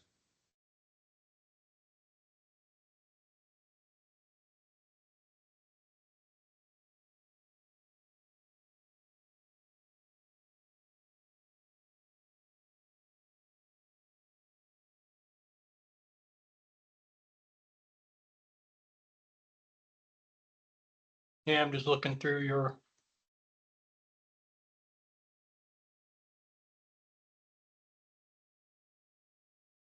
Actually, Mr. Marker, are you aware of where the interest for that case is in this application packet? Me.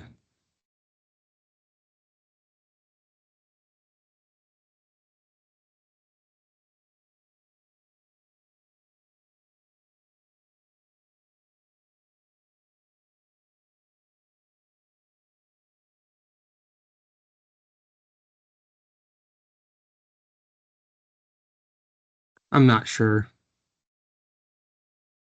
Do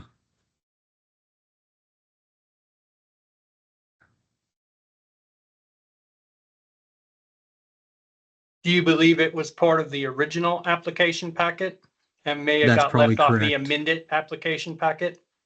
Yeah, since you're probably right. Since this is a quote revised exhibit packet, it's probably, since it was not revised, it's probably not in this one. It's probably in the original one. Okay, let's hold on for a second. So Ms. Vance, it sounds to me like the exhibits in the revised package don't include something from the original packet. Is that what your witness is saying? I'm not sure. I was trying to understand what Mr. McClure was, which exhibit exactly he was looking for, because I was trying to find it and identify it. It would be, if he could clarify, I might be able to find it and direct Mr. McClure to the exhibit. Mr. McClure? Thank you, Mr. Hearing Examiner. Ms. Vance, essentially what I'm looking for is if you see kind of the breakout of ownership in exhibits